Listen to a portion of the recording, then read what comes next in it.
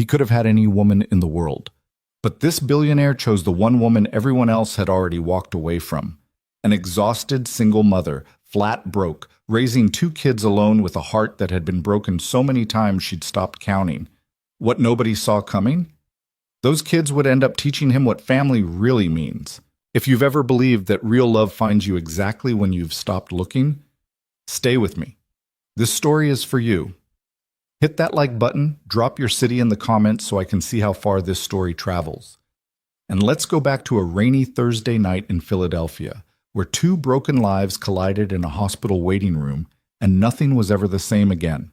The night Damian Hayes first saw Claire Monroe, he almost didn't go inside. He sat in his black Escalade in the hospital parking lot for 4 full minutes, engine running, rain hammering the roof in heavy sheets, the yellow glow of the emergency entrance burning cold and pale through the windshield. He gripped the steering wheel with both hands like he needed something solid to hold on to. He hated hospitals, had hated them for 6 years, ever since the last time he'd walked out of one without the person he'd walked in with. But Sophie was in the back seat, 7 years old, her small right hand wrapped in a dish towel that had gone pink around the palm, trying very hard not to cry. That was the thing about Sophie. She never cried. Even at 5, when she'd finally understood in whatever way a 5-year-old understands that her mother wasn't coming home, she'd just pressed her lips together and gone very still. Damian sometimes thought that was the thing that scared him most about his own daughter, how early she had learned to hold things in. "It doesn't hurt that bad," Sophie said quietly from the back seat. Damian looked at her in the rearview mirror. Her jaw was set. Her eyes were glassy but dry. "I know," he said. He turned the engine off and got out of the car. The waiting room was exactly what he remembered, that particular shade of fluorescent lighting that made everyone look slightly ill. The hard plastic chairs bolted together in long rows. A television mounted high on the wall, cycling through a local news segment. Nobody was watching.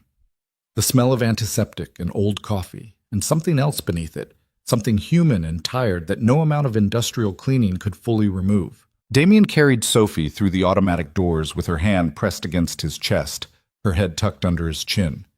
He checked in at the front desk, gave their information to a woman who typed without looking up, and then turned to find 2 seats. That was when he saw her. She was sitting 3 rows back from the entrance, beneath one of the harshest overhead lights in the room, which somehow made her more visible rather than less. A woman in pale blue scrubs that had the specific look of clothes worn through a full shift and then worn again, wrinkled in the places that don't unwrinkle, no matter how you sit. Her dark hair was pulled back in a ponytail that had been neat at some point earlier in the day, but was now coming loose at the sides. She had shadows under her eyes, the color of bruises. She was holding a little girl on her lap, maybe 4 or 5, half asleep, face pressed into her mother's shoulder, and beside her sat a boy of about 9, his left arm wrapped in an ace bandage, holding a paper cup of juice with his good hand. The boy was trying to read a magazine that was clearly meant for adults, flipping through it with the mechanical focus of a child pretending to be occupied. Damian found 2 seats near the wall and settled Sophie into one of them, sitting beside her, pulling out his phone more out of habit than purpose. He wasn't going to answer emails. He wasn't going to call anyone. He just needed something to look at that wasn't the room. But he kept looking at the room. Specifically, he kept looking at that woman 3 rows back. Not in the way men usually looked at women in his world. Calculating, assessing, already composing the opening line. It wasn't that. It was something harder to name. She was clearly running on empty. Everything about her posture said it. The way her shoulders curved forward slightly, the way she shifted the sleeping girl every few minutes as if her arms had gone numb, but she wasn't going to put her down. And still she was talking quietly to her son, pointing at something in the magazine, asking him questions, keeping him engaged. Even now, even at whatever hour this was, in a hospital waiting room, after what had clearly been a long and punishing day. Damian watched her and felt something he hadn't felt in a long time. Recognition, not attraction, not yet, just the strange, quiet recognition of someone who was also exhausted in a way that sleep didn't fix. The juice cup fell 15 minutes later. The boy had been balancing it on the armrest while he turned a page, And then his elbow shifted and the cup hit the floor and the orange juice spread fast across the linoleum in a wide, flat arc that reached the shoes of an older couple 2 seats away. The boy went rigid with embarrassment. "Oh, for heaven's sake," the older woman said sharply, pulling her feet back and looking down at the spreading puddle with the expression of someone who had been personally wronged. "I'm so sorry," Claire said immediately, already moving, setting her sleeping daughter carefully across 2 chairs, standing up, looking around for something to clean it with. "I'm so sorry. He didn't mean to—" "You need to control your children," the man beside the woman said flatly, not looking at her, just stating it, like a fact, like it was obvious. Claire's face did something complicated. The embarrassment was there, visible and hot, but underneath it was something older and heavier. The expression of someone who had heard variations of this sentence so many times that she'd stopped fully flinching. She was already moving toward the nurse's station, asking for paper towels, apologizing again to the receptionist, apologizing to the room in general in that reflexive way some people develop when they've been made to feel like an inconvenience for long enough. Her son had gone very still. He was staring at his feet. Damien was already moving before he'd consciously decided to. He picked up the empty cup from the floor, folded his jacket over his arm, and crouched down to the linoleum. He didn't have paper towels either, but he had the sleeve of his jacket, which was dry cleaning, not a hospital floor, but it was there and it would work. He pressed it against the juice and began mopping it up. "You don't have to do that," Claire said, returning with a fistful of brown paper towels and stopping short when she saw him on the floor. "It's fine," Damien said. "That jacket is—" She stopped, looked at it, clearly recognizing that it cost more than several of her paychecks. "Please don't do that with your jacket. It washes." He took the paper towels from her hand, not in a showy way, just practically, and finished the job. The older couple had already turned away. The moment had passed for them. For the boy, it hadn't. Damien stood up and looked at him directly. "What's your name?" he asked. The boy blinked. He'd been bracing for something else. A lecture, maybe.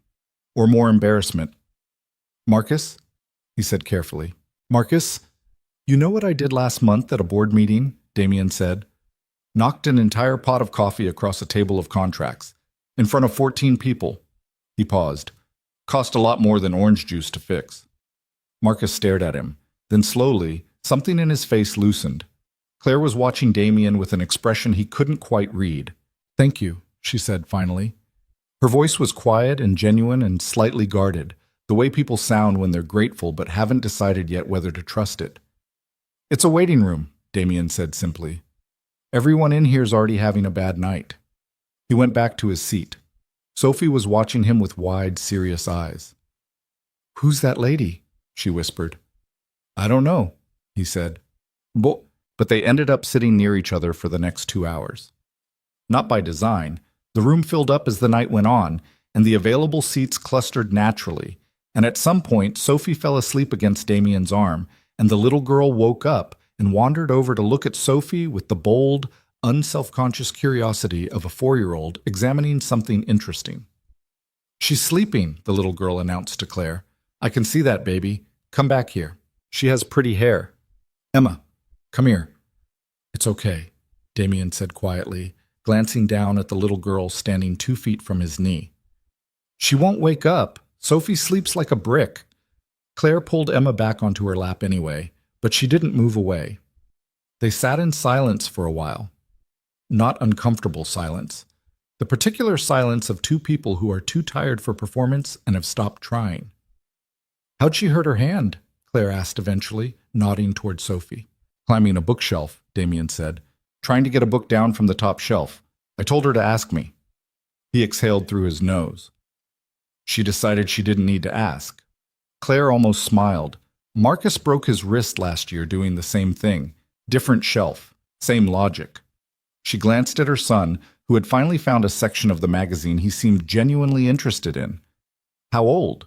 "7. "Marcus is 9. Acts like 30. She paused. "Some days." Damien looked at his daughter's face, slack and peaceful in sleep. "Sophie acts like she's 45, he said. "Has since she was 4. Claire was quiet for a moment, then, "Just you two?" The question was casual, conversational, the kind of thing you ask in a waiting room, but it landed somewhere particular in his chest. The way those questions always did. The ones that required a short answer that was also a long story. "Just us two," he said. "Yeah." She nodded, didn't push. He appreciated that more than she knew. "You?" he asked. She looked at Marcus, then at Emma, sleeping against her arm again.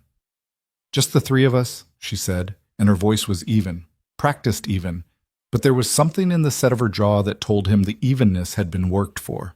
They called Sophie's name 20 minutes later. The cut was superficial, a clean slice from a shelf bracket that looked worse than it was, required 4 stitches and a bandage, and terrified Damien far more than it seemed to terrify Sophie, who held completely still during the sutures and told the nurse that she had a high pain threshold. The nurse looked at Damien. He shrugged. "She tells me this regularly." When they came back out to the waiting area to collect his jacket and Sophie's sweater, Claire was still there. Marcus had fallen asleep across 2 chairs, his magazine open on his chest. Emma was asleep again in her mother's lap. Claire was awake, staring at the news ticker running across the bottom of the television screen, her face blank in the way faces go blank when the mind has gone somewhere else entirely. She looked up when they came back. Her eyes went immediately to Sophie's bandaged hand. "She okay?" she asked. 4 stitches. "She's fine," Damien said. He picked up his jacket from the chair where he'd left it. "Your son, Marcus. His arm?" "Sprained, not broken, they think," she exhaled, waiting on the X-ray confirmation. Good that it's not broken." "Yeah." She nodded, looked back at the television. Damien stood there for a moment, Sophie's small, warm weight leaning against his side, and he felt the pull to just walk out. Back to the parking lot, back to the Escalade, back to the life that was structured and managed, and very good at keeping the world at a slight remove. Instead, he said, "Is there someone coming to help you get them home?" She looked at him. It was the first time he'd seen something fully unguarded in her face, just for a second. Surprise. And beneath the surprise, something rawer, the expression of a person who was so accustomed to managing everything alone that the question itself caught her off balance. "No," she said, "but I'm fine. I've got it." "I know you do," he said, and he meant it. Everything about her said she had it, had been having it, by herself for a long time. "I just meant, if you need a cab or something. I have a car." A small pause. "Thank you, though." He nodded, looked down at Sophie, made himself move toward the door. "Hey," Claire said. He turned. She was looking at him with that same guarded, genuine expression from earlier. "Thank you for what you did, with the juice, and—" She stopped. "You didn't have to do that." Marcus looked like he needed a break, Damien said simply. Something moved across her face that she controlled quickly. She nodded once. "Yeah," she said quietly. "He did, but—" He thought about her on the drive home. Not obsessively, not romantically, just the way you think about a stranger after an unexpected moment of human contact, turning it over once or twice before it settles. He thought about the way she'd kept apologizing to strangers who hadn't deserved the apology. He thought about Marcus's face when Damien told him about the coffee. He thought about the particular quality of her exhaustion. Not dramatic, not performed, just very real and very well managed. Sophie was asleep again in her car seat by the time they hit the bridge, her bandaged hand resting in her lap, face turned toward the window. "Dad?" she said suddenly, without opening her eyes. He thought she was asleep. "Yeah?" "That boy, Marcus." A pause. He was embarrassed. "I know. You made it better." He didn't answer right away. The rain had lightened to a drizzle, and the city lights were smearing gold across the wet bridge cables. "I tried," he said finally. Sophie was quiet again. Then, "The lady was tired." "Yeah, she was." "Like you're tired." He looked at her in the mirror. Her eyes were still closed. "Go to sleep, Soph." She didn't say anything else. Damien Hayes had built his life in 3 distinct phases, and he understood them clearly enough to describe them without flinching. The first phase was the building years, his 20s, when he'd worked with the particular ferocity of someone who had something to prove, and wasn't entirely sure yet what it was. He'd started Hayes Development Group at 24 with $160,000 borrowed from two different people who'd told him it was a bad idea, and he'd turned it into something worth hundreds of millions by the time he was 29. That part of the story got told at business conferences sometimes. He always left out the years of 17-hour days, the lease agreement he'd nearly lost over a forged inspection report, the months when he wasn't sure he was going to be able to make payroll. The second phase was the marriage years. He'd met Rachel at 28 at one of those events where everyone is dressed well and talking about things that sound important, and almost none of it means anything. She was the only person in the room who seemed to find the whole spectacle slightly absurd. They'd gotten together in the way people get together when they recognize each other, quickly, inevitably, with the slightly startled feeling of finding something you hadn't known you were looking for. Those years were the best of his life. He knew that clearly and without sentimentality. Not because they were perfect. They weren't. He'd worked too much. She'd carried more of the domestic weight than was fair and had told him so directly, which he'd respected even when it made him feel guilty. They'd fought over money once, which seemed ironic in retrospect, and over his mother twice, which seemed inevitable. But they'd also built something real together, a home that felt inhabited, a life that had texture. Sophie had been born when he was 29. He'd held her in the delivery room with the specific terror of someone who understood for the first time that love could be this immediate and this total, and that was exactly what made it so frightening. Rachel had laughed at his face. He'd looked at her over Sophie's head and felt something he still didn't have a word for. Then Rachel had gone to see her college roommate in Boston for a long weekend when Sophie was 14 months old. She never came home.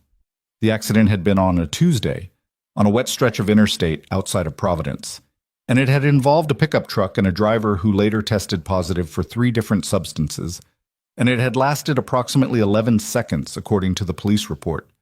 The time it took for the truck to cross the median and impact the driver's side of Rachel's car, and for Rachel's heart to stop. 11 seconds. Damien had spent the following 2 years in a state he'd never adequately described to anyone.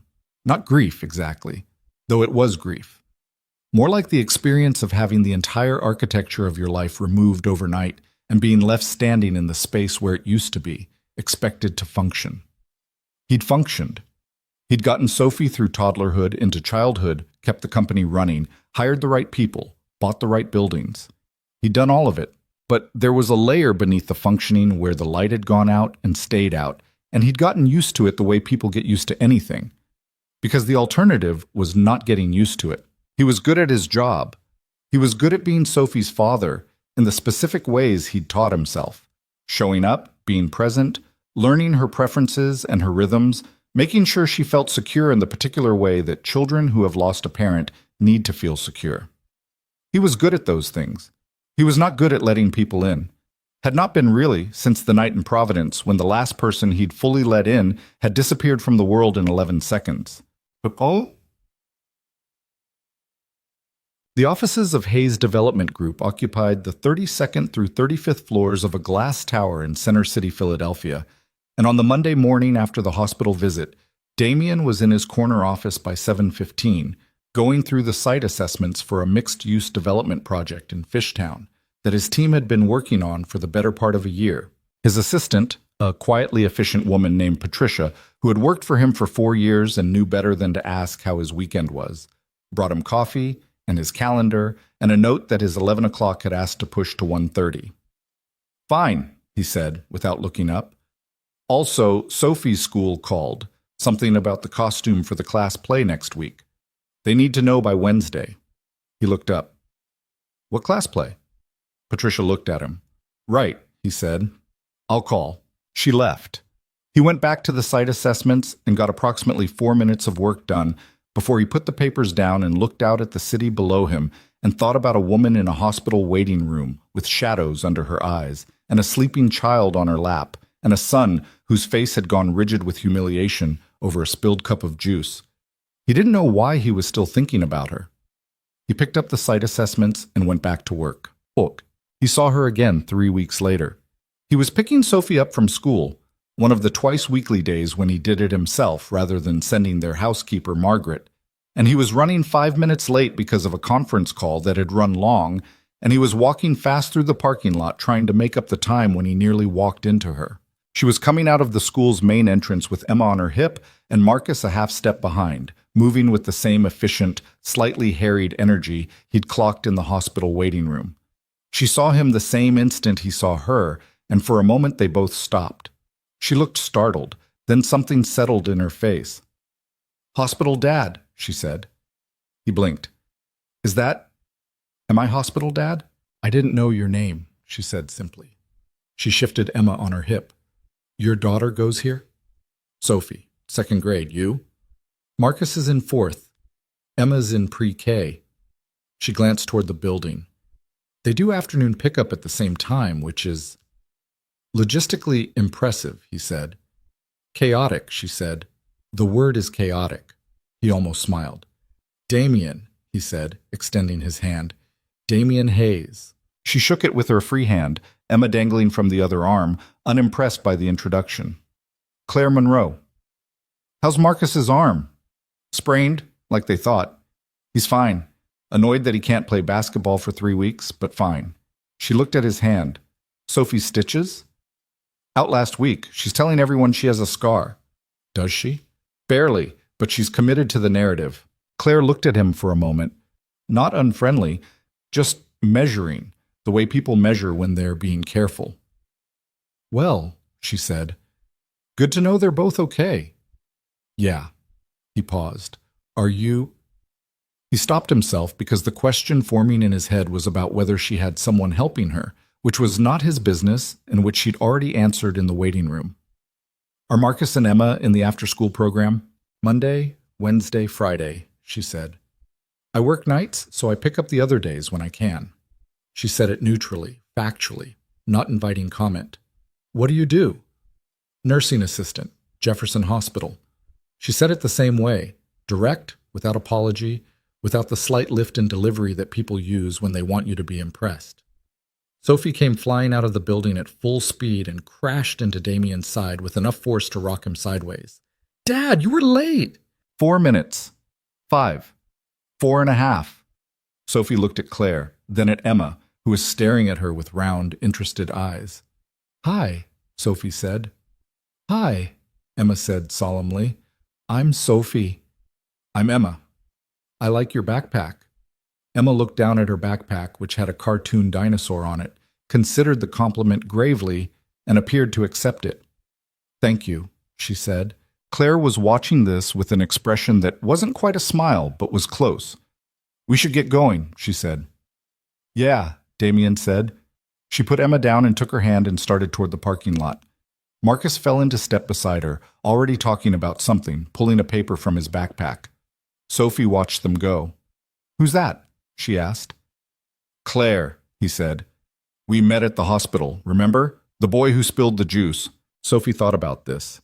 "And the tired lady," she said. "Yeah?" She watched Claire's retreating figure for another moment. "She still looks a little tired," she said. "Sophie, I'm just saying." He took her hand and steered her toward the car. He ran into Claire Monroe 4 more times over the following 6 weeks. Once at the grocery store on a Sunday afternoon, where she was in the cereal aisle with a calculator on her phone, comparing unit prices between 2 boxes with the focused attention of someone who needed the math to work. He'd almost said something, then hadn't, and then she'd looked up and seen him, and the moment for pretending not to notice had passed. Once at the school's fall fundraiser, where she was working one of the game booths because Marcus's class had been asked to provide parent volunteers, and there weren't enough parents, so Claire was covering 2 slots, running the ring toss for 4-year-olds with the steady, slightly mechanical cheer of someone who has been running ring toss for 4-year-olds for 90 consecutive minutes. Once outside the coffee shop on Walnut Street, where she was on her phone, her voice low and tight in the way voices get when someone is trying to have a difficult conversation in a public place without being overheard. He'd caught the tail end of something that sounded like a landlord, and something about the heat not working, and something about a lease clause. And then she'd seen him, and her expression had shut down, and she'd wrapped up the call with a decisiveness that was clearly about him being there more than about the call being done. And once, at the end of October, in the school pickup line at 3:15 on a Tuesday, standing 4 feet apart in a queue that wasn't moving because someone had double parked at the front of the line, and it had created a bottleneck that was now backing up the entire block. They'd stood next to each other for 11 minutes, while the situation resolved itself with agonizing slowness, and they'd talked, really talked, for the first time, without the hospital context or the 5-minute window of a parking lot. He'd learned that she'd grown up in Allentown, that she'd come to Philadelphia for a nursing program that she hadn't finished because Emma had arrived earlier than expected, and the logistics had become impossible, and she was working toward her RN certification in whatever hours she could find between night shifts and school pickup, and the specific grinding arithmetic of a single income stretched across 3 people. She'd learned that Hayes' development was his, that he'd started it from close to nothing, that he still walked every property he was considering purchasing rather than sending someone else because he trusted his own eyes more than most reports. He'd learned that her husband had left when Emma was 8 months old. She'd said it the way you say things you've said so many times they've lost some of their charge. Not without emotion, but with the practiced steadiness of someone who has told this particular story enough times to no longer be destroyed by the telling. He hadn't asked details. She hadn't offered them. But something about the way she said, he left. Not he left us, or the marriage ended, or we split up, just the clean, flat he left. Told him everything the details would have added. She had not asked about Rachel. He hadn't offered. But she'd noticed, he thought, the same way he'd noticed things about her. The slight calibration of a person who understood what it meant to be raising a child alone. By the time the pickup line started moving, Damien realized he'd been standing in it for 11 minutes and had not thought once about the Fishtown project or the quarterly reports or the call with his legal team that was at 4 o'clock. He thought about that on the drive home. He asked her to dinner in November, on a Wednesday, in the parking lot after school pickup. He'd been turning the idea over for about 2 weeks and had managed to talk himself in and out of it several times, which was not a thing that happened to him often. Damien Hayes was, professionally and personally, a person who made decisions and acted on them. But this felt different. She felt different, and the difference made him careful in a way he hadn't been careful about anything that wasn't a business deal in a long time. He caught her at her car, a 10-year-old Civic with a cracked passenger mirror that had been reattached with what appeared to be electrical tape, while Marcus was loading Emma into her car seat. "Hey," he said, "can I ask you something?" She turned, read his expression, and he thought read it correctly, because something shifted in her face that wasn't quite alarm and wasn't quite anticipation, but was somewhere in between. "Okay," she said carefully. "I'd like to take you to dinner," he said. "Nothing with... I'm not trying to make it into something it isn't. I just think you're interesting, and I'd like to talk to you without a parking lot or a school pickup line." She looked at him for a long moment. "I'm a nursing assistant," she said. It wasn't self-deprecating, it was just information, delivered clearly, like she was reading from a fact sheet. "I work night shifts. I drive a car with electrical tape on the mirror. I have 2 children who would need to be accounted for before I could go anywhere for dinner." "I know," he said. "You know." "You just told me." She almost laughed. Almost. "Damien.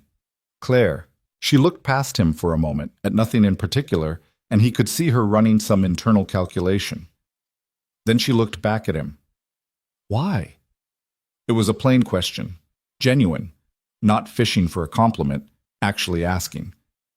"I just told you," he said. "You're interesting. There are interesting people who don't come with my level of complicated." "I'm aware." She looked at him steadily. "I don't need anyone to feel sorry for me." "I don't," he said. "I feel like you've managed things that would have flattened most people, and I'm curious about who you are outside of managing things." Something moved across her face, quick and complicated and controlled fast. "Okay," she said finally. He blinked. "Okay." "Don't make it weird." She opened her car door. "Next Friday, I'll see if my neighbor can sit with the kids." He stood in the parking lot and watched her pull out, and Sophie appeared at his elbow.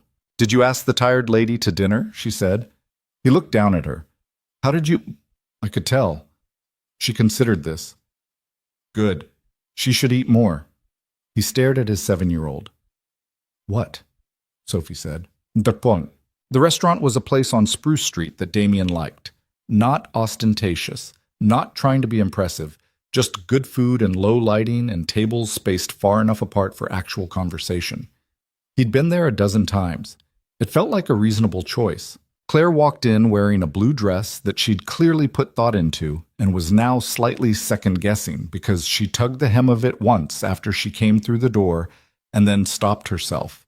And when she saw him, she had the expression of someone who was going to refuse to be nervous about this. "Hi," she said. "Hi," he said. "You look—" "Please don't," she said. "Like someone who got a full night's sleep, which I'm guessing was not an accident." She paused. Then, "I took the day shift yesterday specifically to make sure I wasn't working tonight. So," a small, self-aware smile. "It was not an accident." They sat. They ordered. The first 20 minutes had the particular energy of two people who are both comfortable with silence trying to figure out which of them was going to go first. And it was Claire who went first, asking him about the Fishtown project in a way that made it clear she'd paid attention in the parking lot conversations. And the conversation opened up from there. She was sharper than her exhaustion usually allowed to show. He'd sensed that in fragments, the way she framed questions, the precision with which she'd laid out her situation in the parking lot earlier in the fall. But over dinner, with a full night's rest, and the slightly loosening effect of a glass of wine and a situation that didn't require her to be managing anything, she was formidably sharp. She had opinions about the city, about what was happening to neighborhoods she'd watched change, about hospital policy and the gap between nursing assistants and nurses, and what the actual difference was in the day-to-day work. She was funny in a dry, observational way that required you to be paying attention to catch. He was paying attention. Halfway through the entree, she put her fork down and said, "I need to tell you something." He waited. She looked at the table for a moment, then back at him. Her hands were flat on either side of her plate, which was a thing he'd noticed she did when she was bracing. "I have 2 kids," she said. "That's not— I know you know that. But I mean it as a real statement, not just information. They are my first priority and my last priority and everything in between. They're not a complication I work around. They're just—" She stopped. Started again. "What I'm saying is that if this is something where you see them as an obstacle, or something you tolerate to be around me, or something you eventually ask me to choose between, I can't do that. I won't." She paused. "So if that's what you're looking for, you should know that now and walk away. And it's fine, and I won't think less of you." She said it evenly, firmly, with the particular dignity of someone who had delivered the speech before and been answered badly, and was delivering it again anyway because it was still the truth. Damien looked at her. "Can I see a picture of them?" he said. She blinked. "What?" "A picture of Marcus and Emma." He held her gaze. "You just told me the most important thing about your life. I'd like to see them." For a moment, she just looked at him. Then, slowly, she picked up her phone. The photo she showed him was from Halloween, Marcus in a homemade astronaut costume that had clearly involved significant effort and a hot glue gun, Emma in a dinosaur suit that matched the backpack Sophie had complimented, both of them standing on a front step with their arms full of candy, Marcus grinning, Emma with her mouth already full. "That dinosaur thing," Damien said. "Is that a whole— She has a whole dinosaur theme?" "Since she was 2.5, Claire said. "Dinosaurs and only dinosaurs. We're in year 2. "Sophie went through a phase where she would only wear one specific pair of socks," he said, "for 4 months. We almost needed a therapist." Claire looked at the photo, then back at him. Something in her face had changed, had loosened a little. The brace had softened. "They're great," he said simply. "They're clearly yours." She looked at him for a moment. "They are," she said quietly. They stayed until the restaurant started stacking chairs around them. He drove her home because she'd taken a rideshare over and the night had gotten cold, and when he pulled up in front of her building, a 3-story walk-up in South Philly with a front stoop that had seen better days and a buzzer panel with half the labels missing, she undid her seatbelt and sat for a moment in the way people sit when they're not quite ready for something to end but are going to end it anyway because they're practical. "Thank you," she said. "This was—" She stopped. "Good. This was actually really good." "Yeah," he said. "It was." She looked at the building, then at him. "I don't know what this is," she said. "I want to be honest about that. I don't know what I'm doing." "Me neither," he said. She looked slightly surprised by that, like she'd expected him to have a clearer position. "Okay," she said. Well, she reached for the door handle. Good night, Damien. Good night, Claire. She got out, walked up the front steps, and he waited until she was inside before he pulled away. He drove home through the dark, quiet streets of South Philadelphia, past the lit windows and the corner bars and the row houses packed tight together with their whole lives visible in frames of yellow light. And he thought about the way she'd put her hands flat on the table when she was bracing for something, and the way her face had changed when he'd asked to see the picture, and the very particular things she'd said. They're not a complication I work around. He thought about Sophie asking him, from the back seat of a car, in the dark, "Are you going to be sad forever, Dad?" He'd said no, of course. He'd meant it when he said it. He'd just never had a clear answer to what came instead of sad forever. He drove home and went upstairs to check on Sophie, who was asleep in her room with one foot hanging off the bed and her arms thrown over her head in the boneless sprawl of a child who had been fully unconscious for hours. He stood in the doorway for a moment, watching the rise and fall of her breathing. He didn't know what he was doing either, but he drove home that night, and for the first time in a long time, he didn't mind not knowing. The second date happened because Sophie asked about Emma's dinosaur. It was a Saturday morning, 3 days after the dinner on Spruce Street, and Damien was making pancakes, the only thing he reliably cooked without incident, when Sophie appeared in the kitchen doorway in her pajamas, hair still flattened from sleep, and said, without preamble, "Did you see Claire again?" He flipped a pancake. "What?" "The lady from the hospital. Did you see her again?" "We had dinner," he said carefully. Sophie climbed onto a bar stool at the kitchen counter and propped her chin on her hands. "Does she have a dinosaur?" "Her daughter Emma has a dinosaur backpack and a dinosaur Halloween costume." "I want to meet Emma," Sophie said. "Sophie, I'm just saying. I know you're just saying." He slid a pancake onto a plate and set it in front of her. "It's not that simple." "Why not?" He looked at his 7-year-old, who was regarding him with the particular expression she used when she thought he was overcomplicating something obvious. He didn't have a good answer that a 7-year-old would accept, partly because the real answer was layered and personal, and partly because he wasn't entirely sure he understood it himself. "Syrup," he said, instead of answering. Sophie reached for the syrup bottle and let the subject drop, which he appreciated. She had the rare quality, even at 7, of knowing when to push and when to leave it. Rachel had been the same way. He'd always suspected Sophie had inherited it directly. He called Claire that afternoon. She picked up on the 4th ring, slightly out of breath, with the sound of Emma in the background demanding something with the relentless persistence of a 4-year-old who has decided that now is the moment. "Hold on," Claire said, away from the phone. Then, "Emma, I will look at the dinosaur in 1 minute. I'm on the phone." A brief pause. "Sorry," she said to Damien. Hi. Bad time." "It's always a bad time," she said, and he could hear the smile in it. "What's up?" "Sophie wants to meet Emma," he said, "because of the dinosaur thing." A beat of silence. Then Claire said, carefully, "Did Sophie decide this? Or did you decide this? And Sophie is your cover story." He paused. "Both," he said. "Honestly, both." She laughed. It was the first time he'd heard her laugh properly. Not just almost laugh, not just the controlled near smile from the parking lot, but actually laugh, unguarded, the kind that gets away from you before you can decide whether to let it out. It only lasted a second, but it landed on something in his chest like a hand pressing gently on a bruise. "The park on Christian Street," she said. "Tomorrow at 2. Don't be late this time." He was on time. The park was a small neighborhood square with a fenced-in playground in the corner and a row of benches along the south side where the afternoon sun came in at a good angle in November. Emma and Sophie found each other within 45 seconds in the way that small children find each other. No introduction required, no preamble, immediate and total mutual interest based solely on proximity and shared access to a slide. Within 3 minutes, they were at the top of the play structure together, Emma narrating something to Sophie with great authority, Sophie listening with complete seriousness. Marcus sat on a bench with a book, which appeared to be his natural state.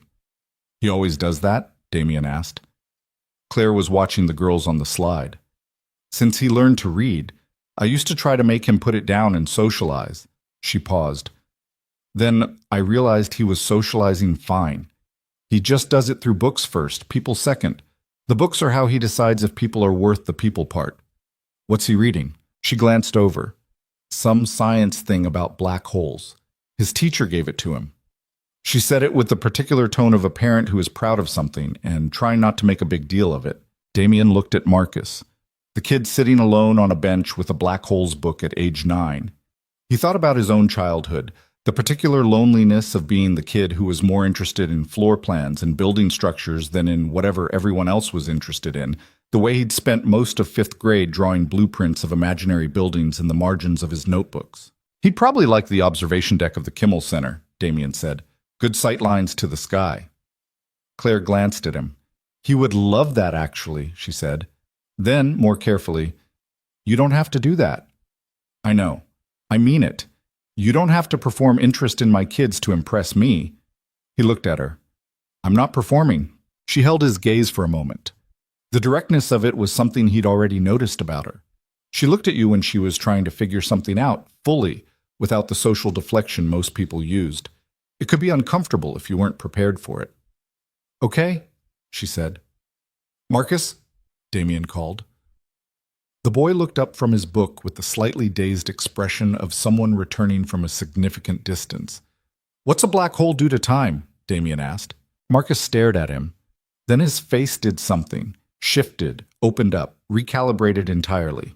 He put the book down on the bench beside him and turned his whole body toward the question.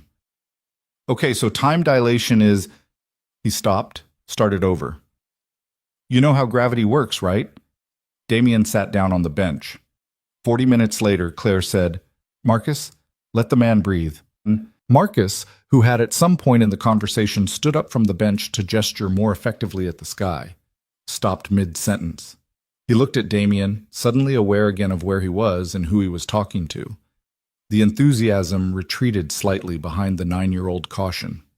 Sorry, Marcus said. Don't be, Damien said. You were explaining something. Finish it. Marcus looked at his mother. She gave a small shrug that meant suit yourself. He turned back to Damien and finished the explanation. Claire watched them from the other end of the bench, not participating, just watching. The girls had abandoned the slide in favor of some elaborate game in the sandbox that appeared to involve dinosaurs ruling the solar system. The afternoon light had gone gold and low. She had her hands wrapped around a paper coffee cup that had been empty for 20 minutes, and she wasn't looking at her phone, and she wasn't mentally somewhere else. She was just there. It had been a long time since she'd been able to just be somewhere. She noticed that with the specific awareness of someone who doesn't get it often enough. The 3 weeks after the park were not a romance in any clean narrative sense. They were fragments. A text thread that started because Claire had sent a link to an article about a Philadelphia zoning dispute that she'd thought of him while reading, and he'd responded, and then they'd kept responding back and forth until the conversation had migrated from zoning to hospital staffing policy to whether Marcus's black hole explanation had been scientifically accurate, which Damien had looked up and reported back. And then somehow it was midnight and he was still texting a nursing assistant in South Philly about gravitational time dilation. They had coffee twice during her afternoon windows between shifts and school pickup, at a place on Passyunk that was halfway between Jefferson Hospital and her apartment. He learned that she took her coffee with 1 sugar and no milk, and that she'd been doing it that way since she was 17, which struck him as the kind of specificity that told you something about a person. Not what exactly, but something.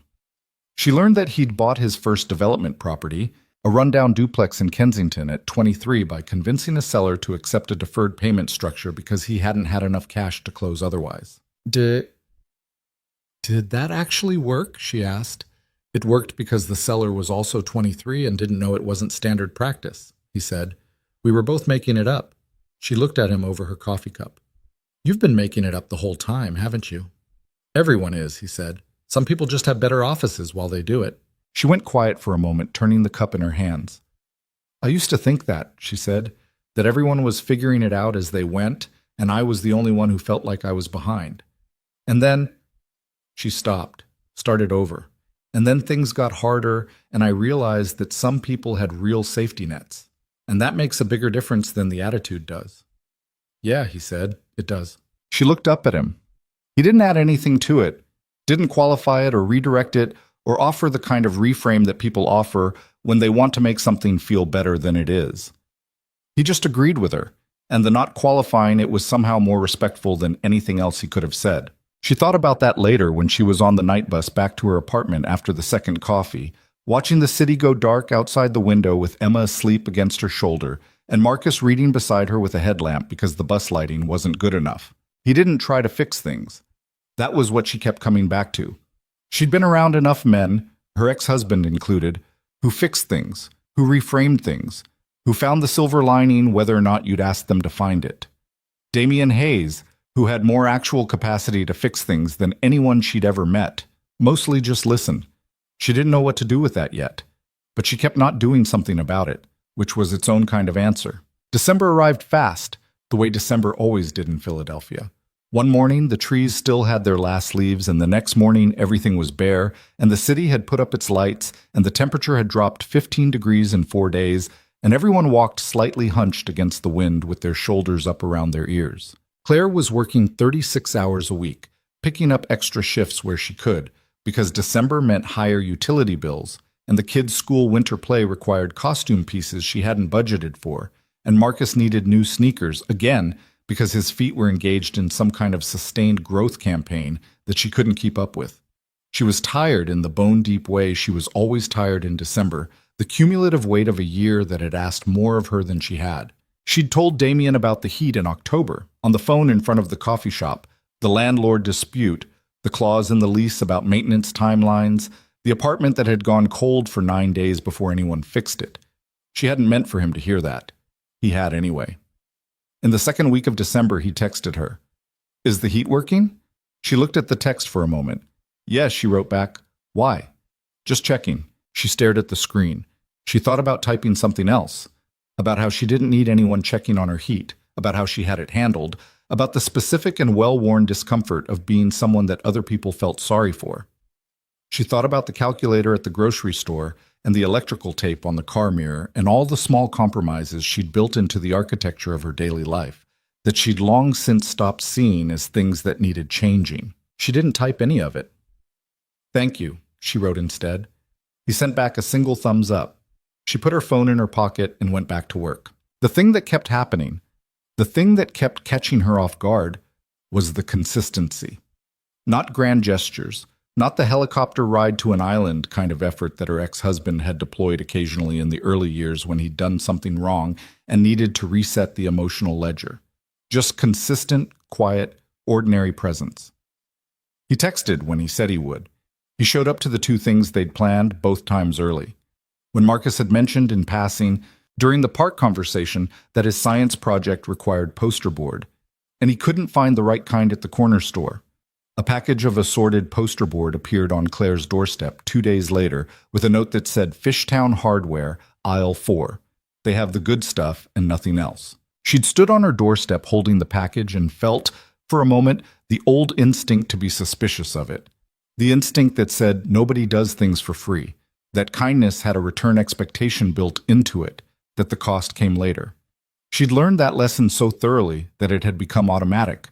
A reflex planted so deep she sometimes couldn't tell the difference between intuition and scar tissue. She called her sister Diane in Allentown that night. "He sent Marcus poster board," she said.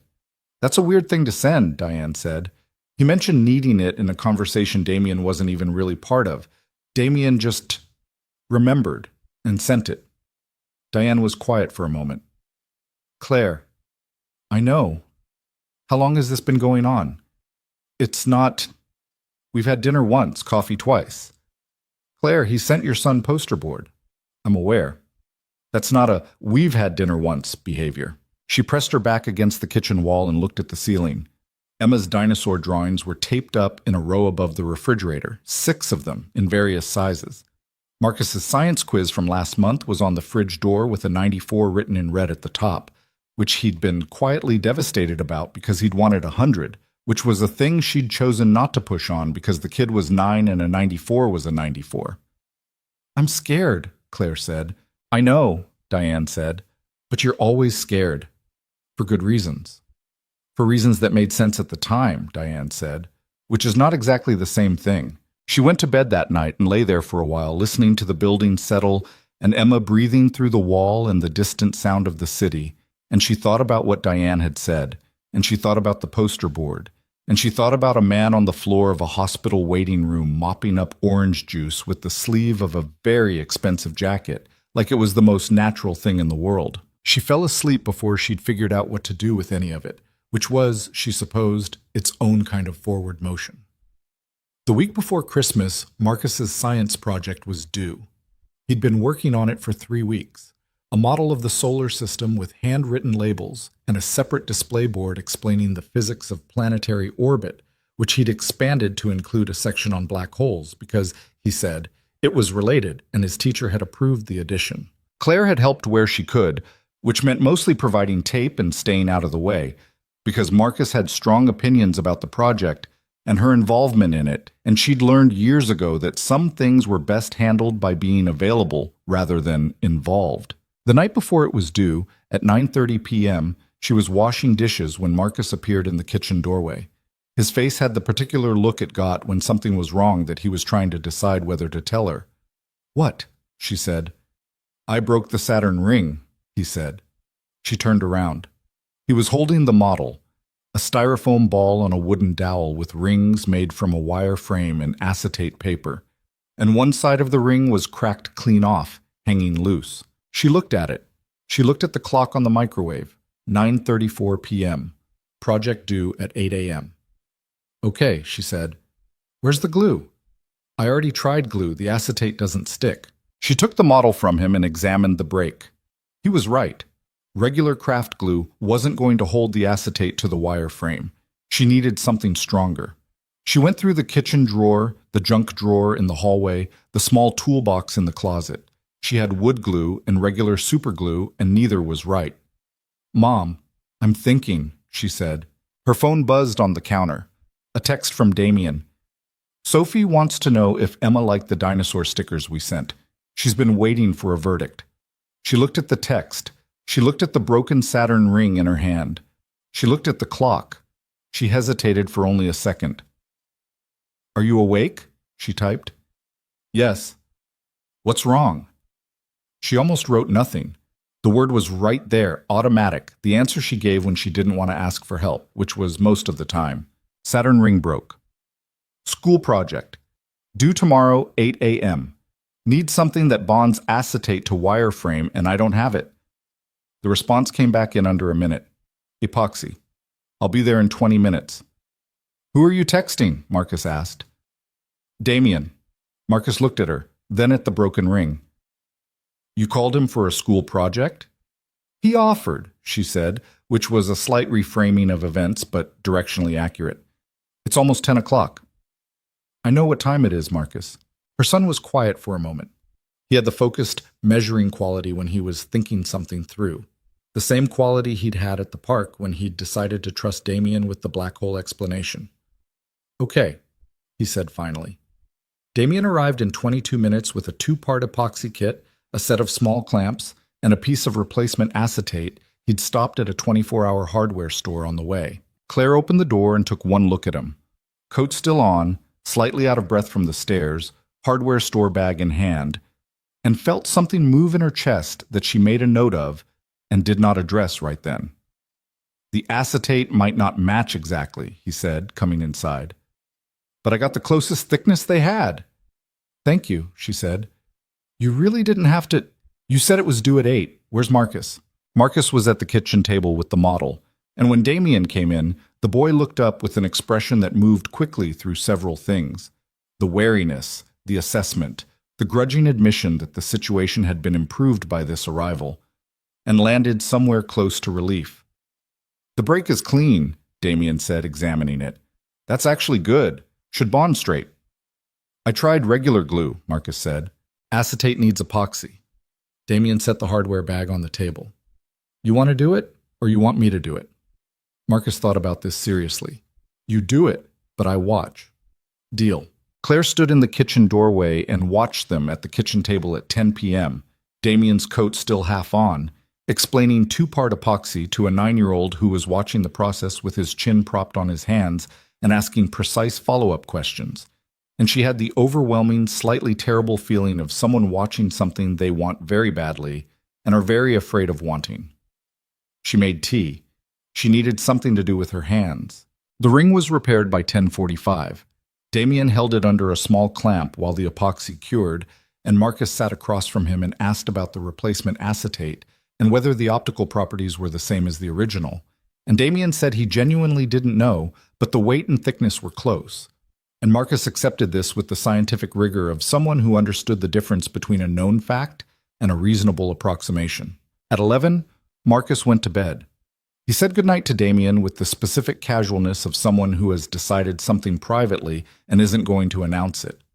Claire poured tea she hadn't offered and put a mug in front of Damien, who had finally taken his coat off and was sitting at the kitchen table with the Saturn model between them, the clamp holding the ring steady. "You didn't have to do this," she said. She sat down across from him. "You asked," he said simply.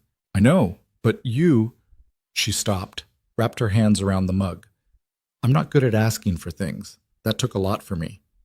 He looked at her, not with the soft, indulgent expression that people sometimes used with her, the expression that meant they found her hardship touching in a distant sort of way. Just looked at her steadily, like what she'd said was important and he was treating it as such. "I know it did," he said. "I want you to know I'm not going to be someone who calls you every time something breaks." "Claire." "I mean it. I handle things. I have always handled. I know you handle things," he said. He wasn't cutting her off. His voice was even, direct, the way he got when he was saying something he'd thought about. "You've been handling things alone for years and you're exceptionally good at it. But you asked me for help tonight and I came. Those are both okay." She looked at the mug. "I spent a year after Kevin left not asking anyone for anything," she said. Kevin was the first time she'd used her ex-husband's name with Damien. She noticed that but didn't stop. "Because I'd asked him for things, and he'd used it as evidence that I was too much work, so I stopped asking." She paused. Old habit. Damien didn't say anything for a moment. She felt the silence and waited for him to fill it with something.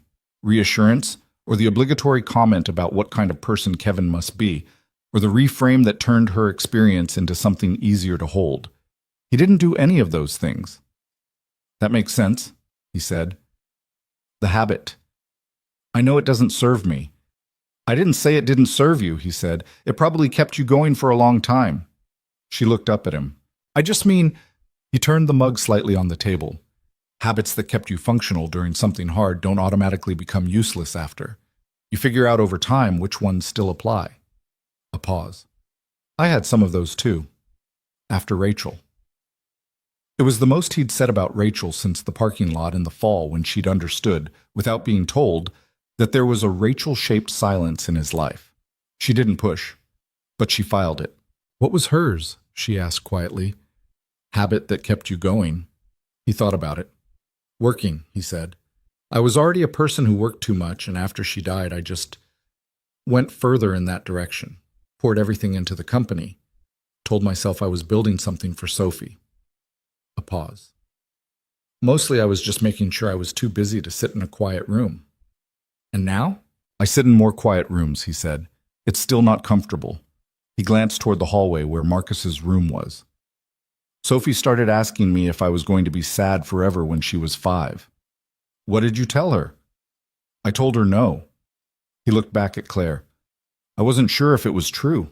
She looked at him across the kitchen table with the Saturn model between them and Emma's dinosaur drawings on the wall above the refrigerator, and the city quiet outside and Marcus's sneakers by the door, one untied, and she thought, this is what it looks like.